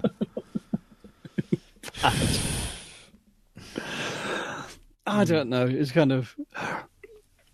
I'm just... I was particularly at a lost word, having watched a good Stuart Gordon literally 2 nights beforehand, and just I couldn't believe, what? It can't be the same director. What was going on? Yeah. What were you thinking? I mean, that's the problem, isn't it? With a film this bad, there's not a lot you can say other than just, it's terrible. I mean, that's the problem. It's not even got something you can kind of grasp onto in terms of, like, constructive criticism. You just go, this is just shit. It's just everything about it. Where did the money go? Was it a case of, they got a good cast on board, they got a decent director on board? Did they promise them lots of money and then there actually wasn't much money and they ended up just making half a film and someone cobbled this together and stuck it out and everyone just walked away quietly? Just took the paycheck and said, we'll never speak of this again. I think most of the money went into Ron Thornton's pocket, actually. Ron Thornton? Yeah, because I'm pretty sure they bought the fucking textures from Babylon 5 for the ship. Oh, no. You see, that texture... Yeah. Right, this is my 3D nerd hat coming out, right? Uh-huh. That texture wasn't Ron Thornton's. That texture was something called dreadhull.tga that was available for free with Lightwave version 4. Oh, I see. Sorry?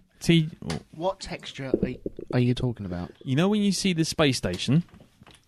When you see the space station and you see all the ships up close, and like the humongous great big spaceship that Charles Dance drives. Yeah. Yes. Right. If there's a bit where it zooms in and you can see it's got like hull panels painted on it. There's sort of like different tones of grey. Yes. Yeah. That is something called dreadhull.tga. I guarantee you. Hold on.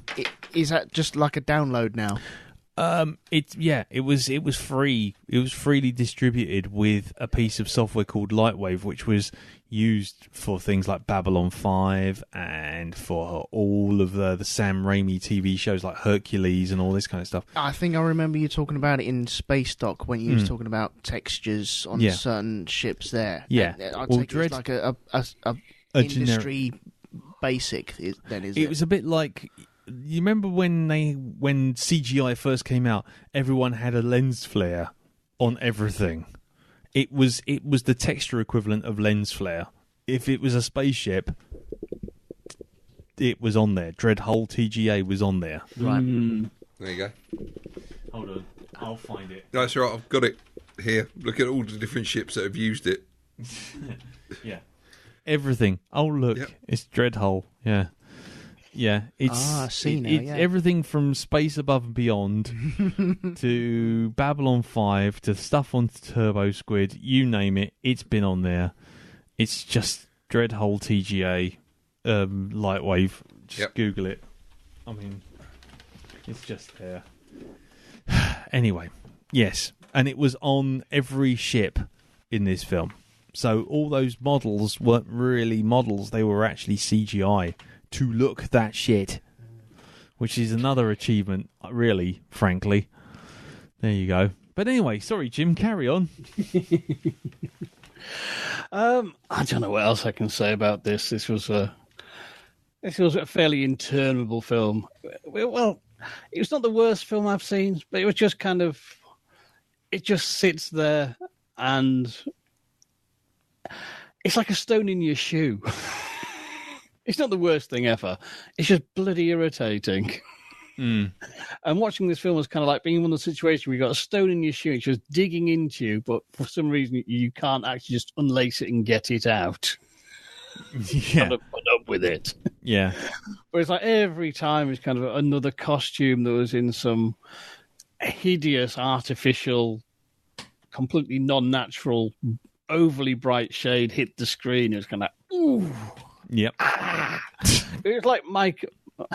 It was like Mike and Tim watching skateboarding videos in space. Yeah. Oh, yeah. Ooh. Ooh. Oh. Or Every now and again there was a line that was funny or something that didn't look half bad, and you just kind of a ray of hope, and then usually dashed again by another lime green costume or a set with needless yellow bars in it. Yep. It's just awful. Fine. So terrible movie. Terrible. It's one of those things, it's just, it's not bad because it's bad. It's bad because it fails so repeatedly. There's no need for it to be as shit as it was. Yeah. No, the only bright spots for me, except was like Elton said, Charles Dance, who was at least giving it his best. Was he though? I mean, really? Well, better than everybody else. Well, yeah, but I mean, he could do that just by comparison. He could do that just by turning up, really, though, couldn't he? I mean, for Charles Dance, I suppose the back of his mind goes, "Well, all right, it's at least it's not Golden Child again." Yeah. Was he in Golden Child? He was the bad guy. He was Brother Numsy. Was he? Yeah. Turns into the big demon. He followed that up with Last Action Hero as well. As the guy with the white thing in his eye, the happy smiley face in his eye. I don't think I've seen Last Action Hero, so I think we might have to put that on the docket. Sadly, whenever I say I don't think I've seen that film, it doesn't mean it has to go on the docket. It does. I know it does, but it does, because what happens is then I can remember seeing it and I can go, oh yeah, that's why I haven't seen it for so long. This film has also got one of the worst deaths as well. Go on. I smell burning. What was that? One of them guys, when the when the tanker had its little lasers pop out and start shooting around on the guys trying to break in. God, yes, I smell. No, didn't he say I smell barbecue? Or something? Barbecue, yeah. And it was him. Yeah. Oh God, yes, I remember that now. What was the point in? No, I'm not even gonna. No, not even gonna. I mean, no. Cut to Mr. Barnard. Yeah. Before we do, though, just for those of you who are interested, I have looked up the texture.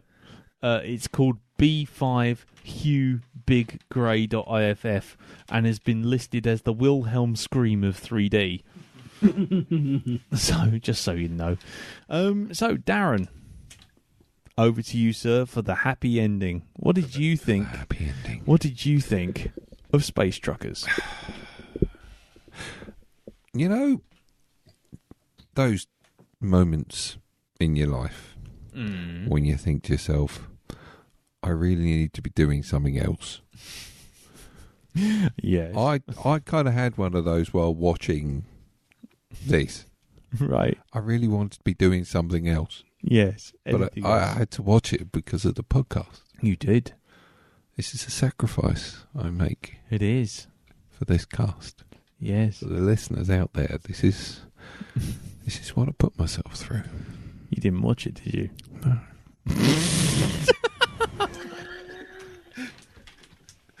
I did. And I'll be expecting a fucking drink from everybody at the shindig because of this. Because of you people out there. This is so you don't have to. I put myself through it. Yeah. You know. There's no. My lament was literally like C-3PO after the trash compactor started to close and they lost the signal and he goes, "Curse my metal body, I was never fast enough." I started watching this and I just thought, I've got to tell the guys to not watch this, just to back the fuck out. But it was too late.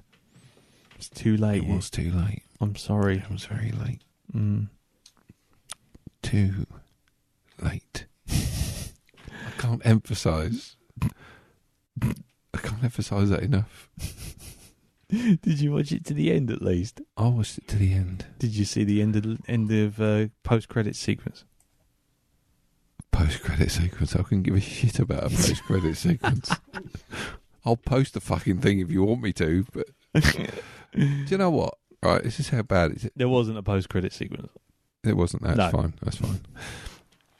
You know, I think Ree gets a taste for stuff. She doesn't watch things, but she just knows. And she said, "I'll watch the last half hour with you, right, just to see what it's like. I don't want to watch the rest of it." And she was right. She'd never seen it before, never heard of it. See that? She I mean, all right. She tried to support me. She was trying to support me in my endeavours. Didn't want me to feel as though I was totally alone. No, just slightly, just alone. Yeah, just not with enough friendship to sort of like support you throughout the whole process. Yeah, just a bit, just to keep me going, limping on until the end. Pardon the phrase, but it's just a lick of the promise, wasn't it? Really? Yeah, as that far was as what it it goes. was. Yeah, yeah, that was it. But yeah. So you weren't impressed then? Oh my God, no! It is it's. I remember the advert for this film on the back of some Postage magazine. Stamp.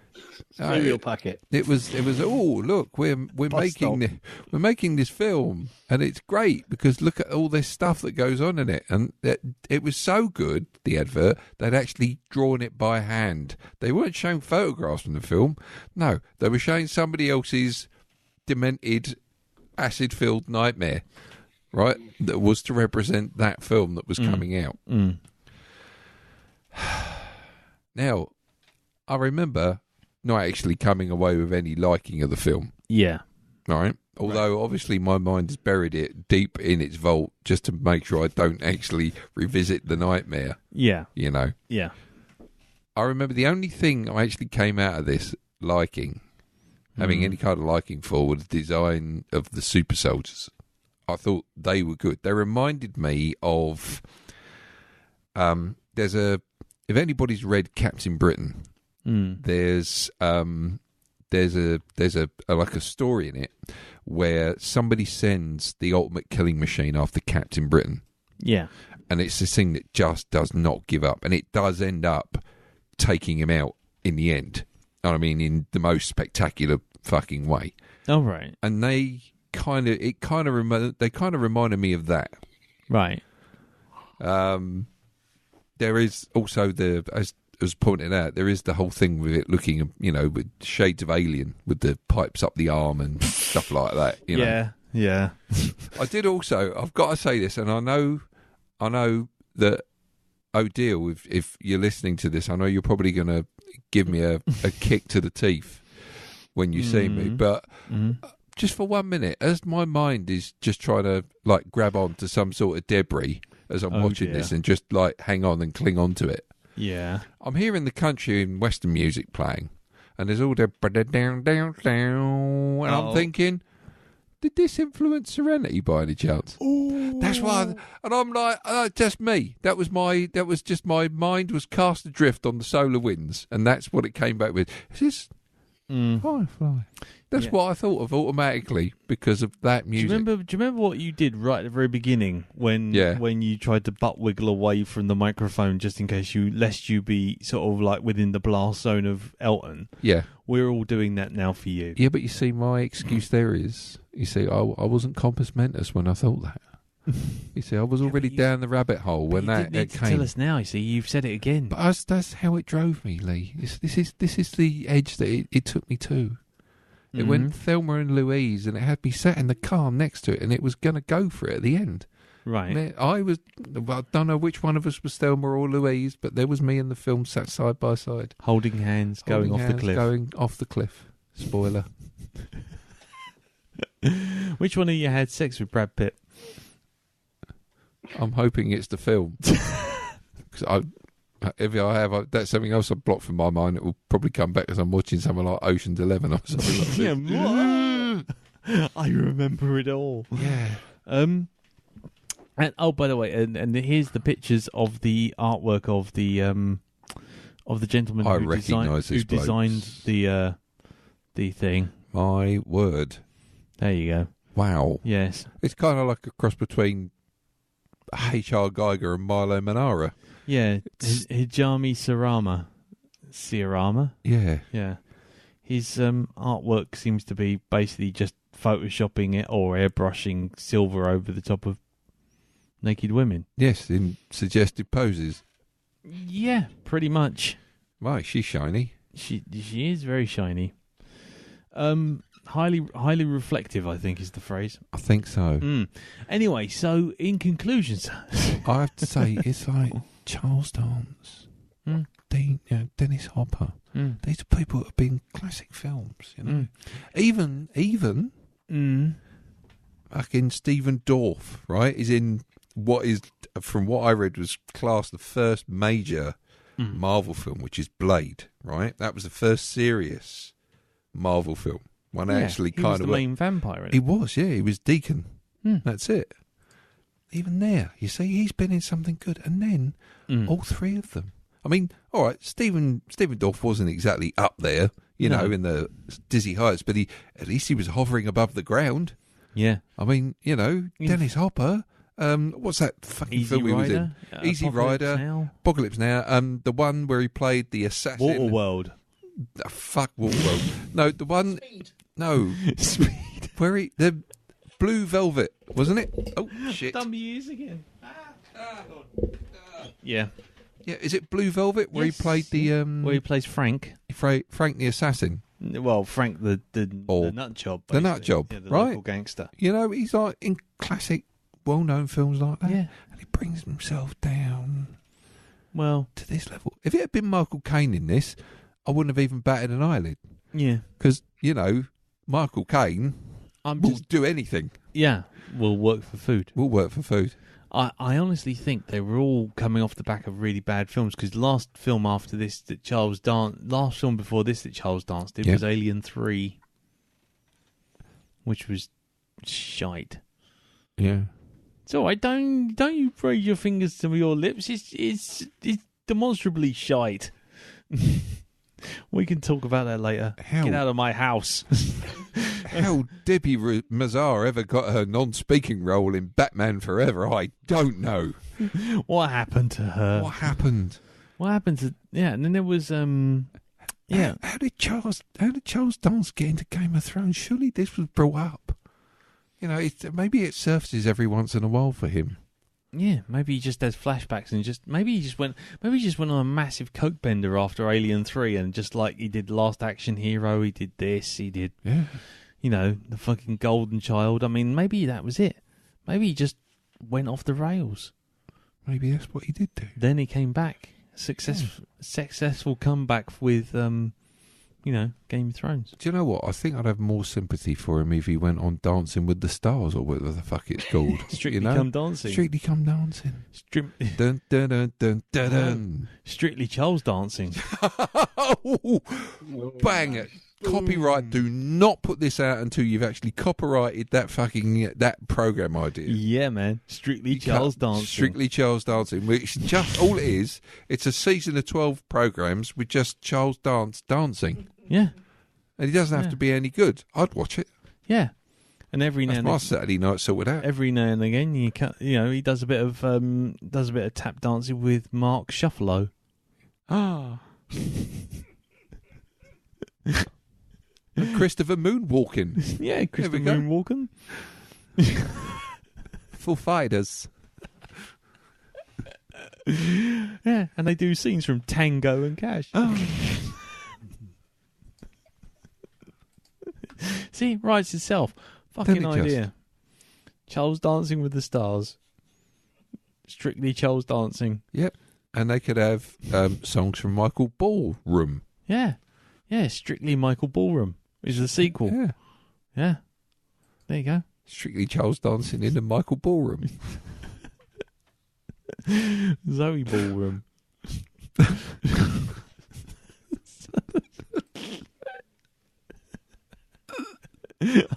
Make up your own gags there, ladies and gentlemen. The Ed Ball. The Ed Ballroom. Yeah. Oh, he was on Strictly. He was, wasn't he? He was on Strictly Charles Dancing. Yes, he was on Strictly Charles Dancing. Yes.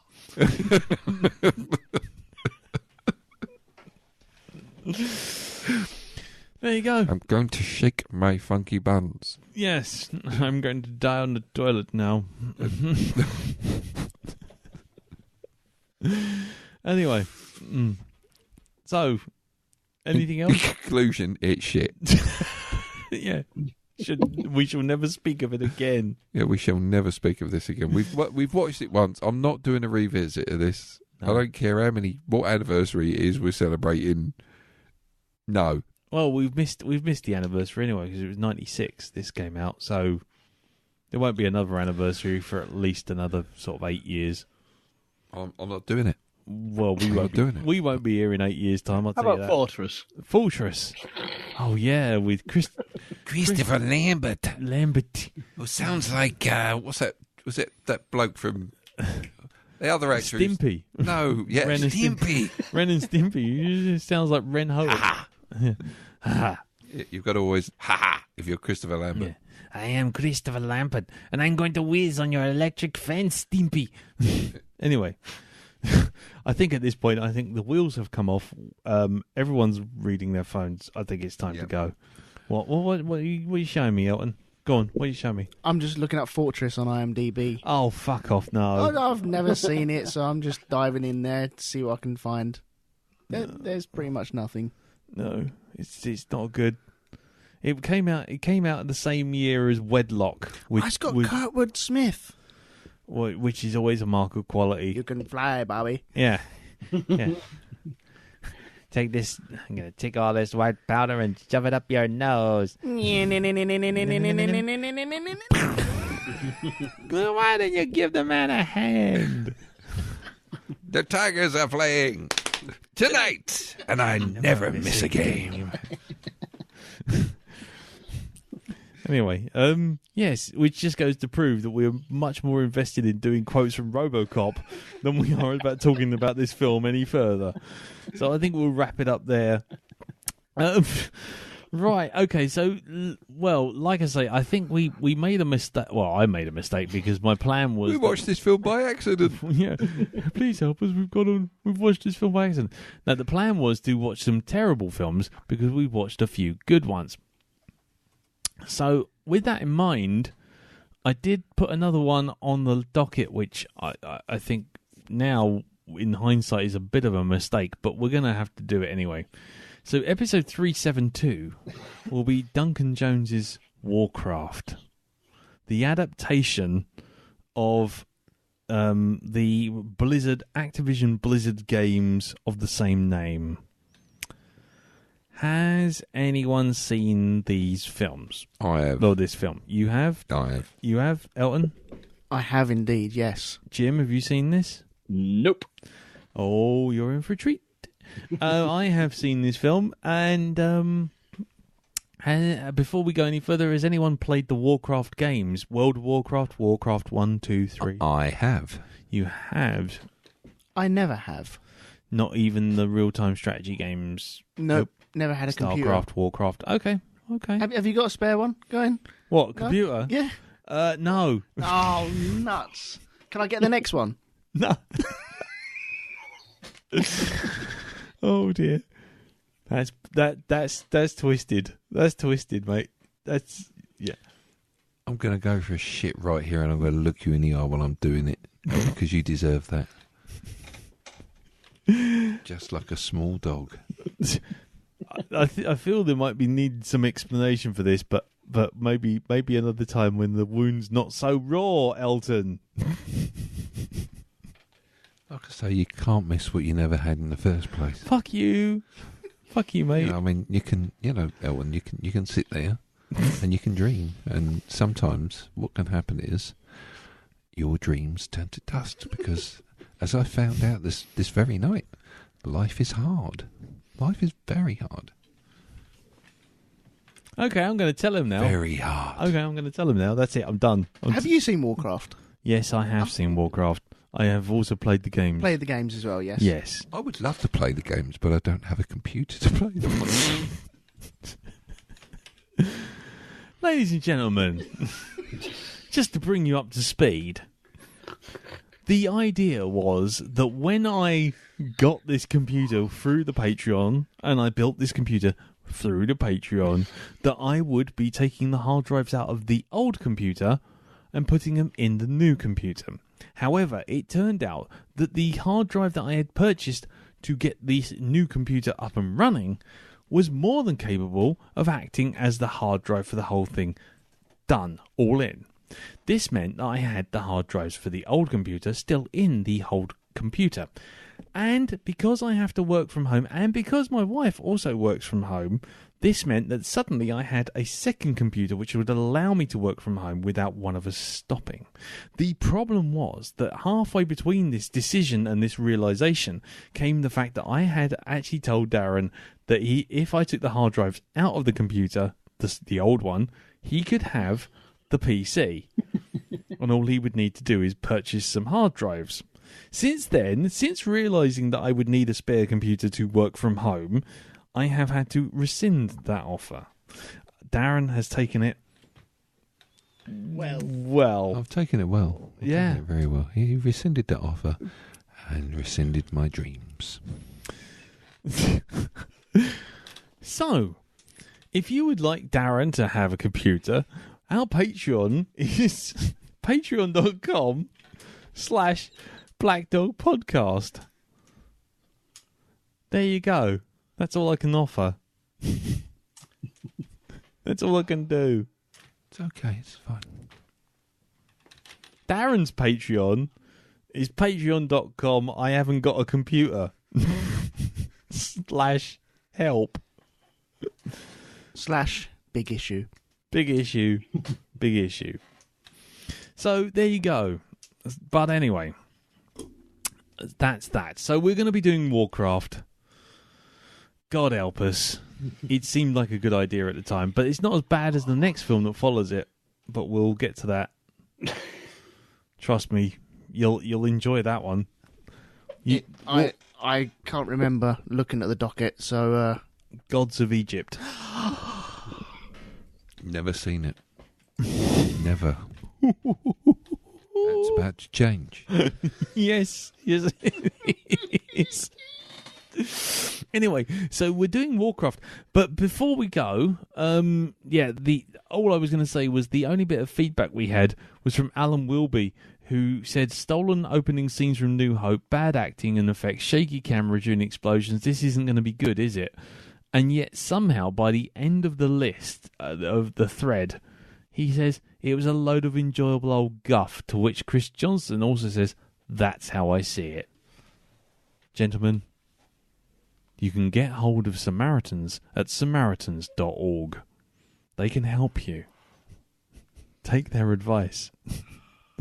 Anyway, sorry, what were you going to say, Elton? No, I had many things going through my head at the moment, and none of them are broadcastable. So, Aren't they? All right. No, even on a podcast with no restrictions. Brilliant. Okay, fine. Right, okay, well, in which case, we'll wrap it all up there. So we're doing Warcraft next week. Do join us for that. we'll go round and do some promotion. So first we'll go to you, Jim. What's going on in the land of Hypnagoria? Well, in Hypnagoria, I'm just starting a serialised reading of one of H.P. Lovecraft's short novels, The Shadow of Innsmouth, with the introduction and part 1 hitting this week, and then subsequent parts running, well, throughout the rest of this month. Okie dokie. And what about you, Elton?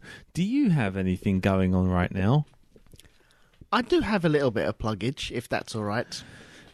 Sadly, we haven't got time. Oh, no, go on. nuts. Go on. What is it gone? Well, you can catch me in all the normal places where everyone's heard me before. But, yes, this week I dropped a new episode of a new show.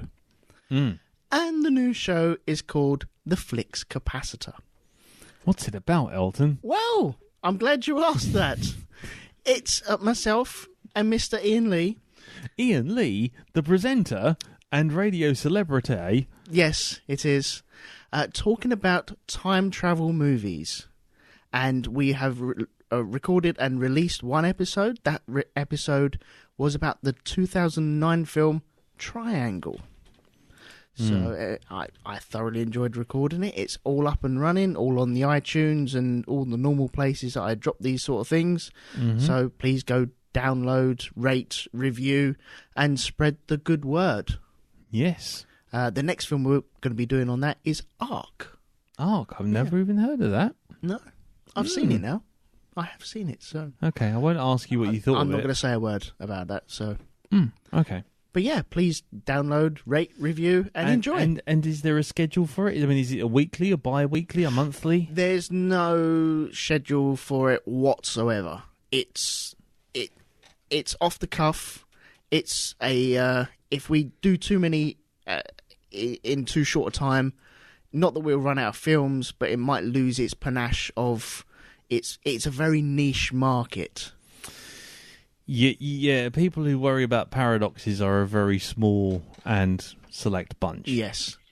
So there is no schedule just yet, but I'm sure we'll get a good couple done very soon. Cool. Okie dokie.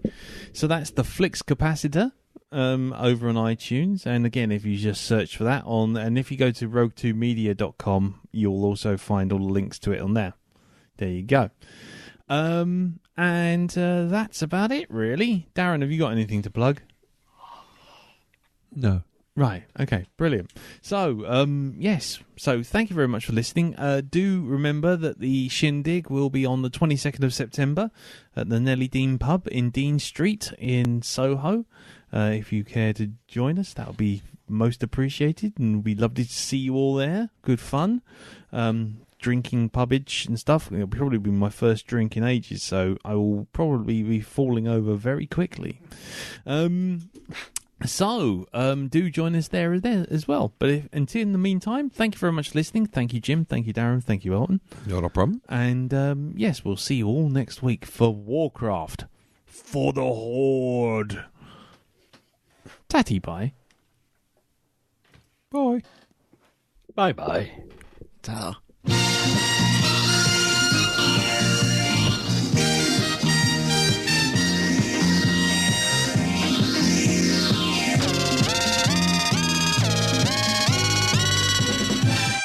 Oh, bollocks to it.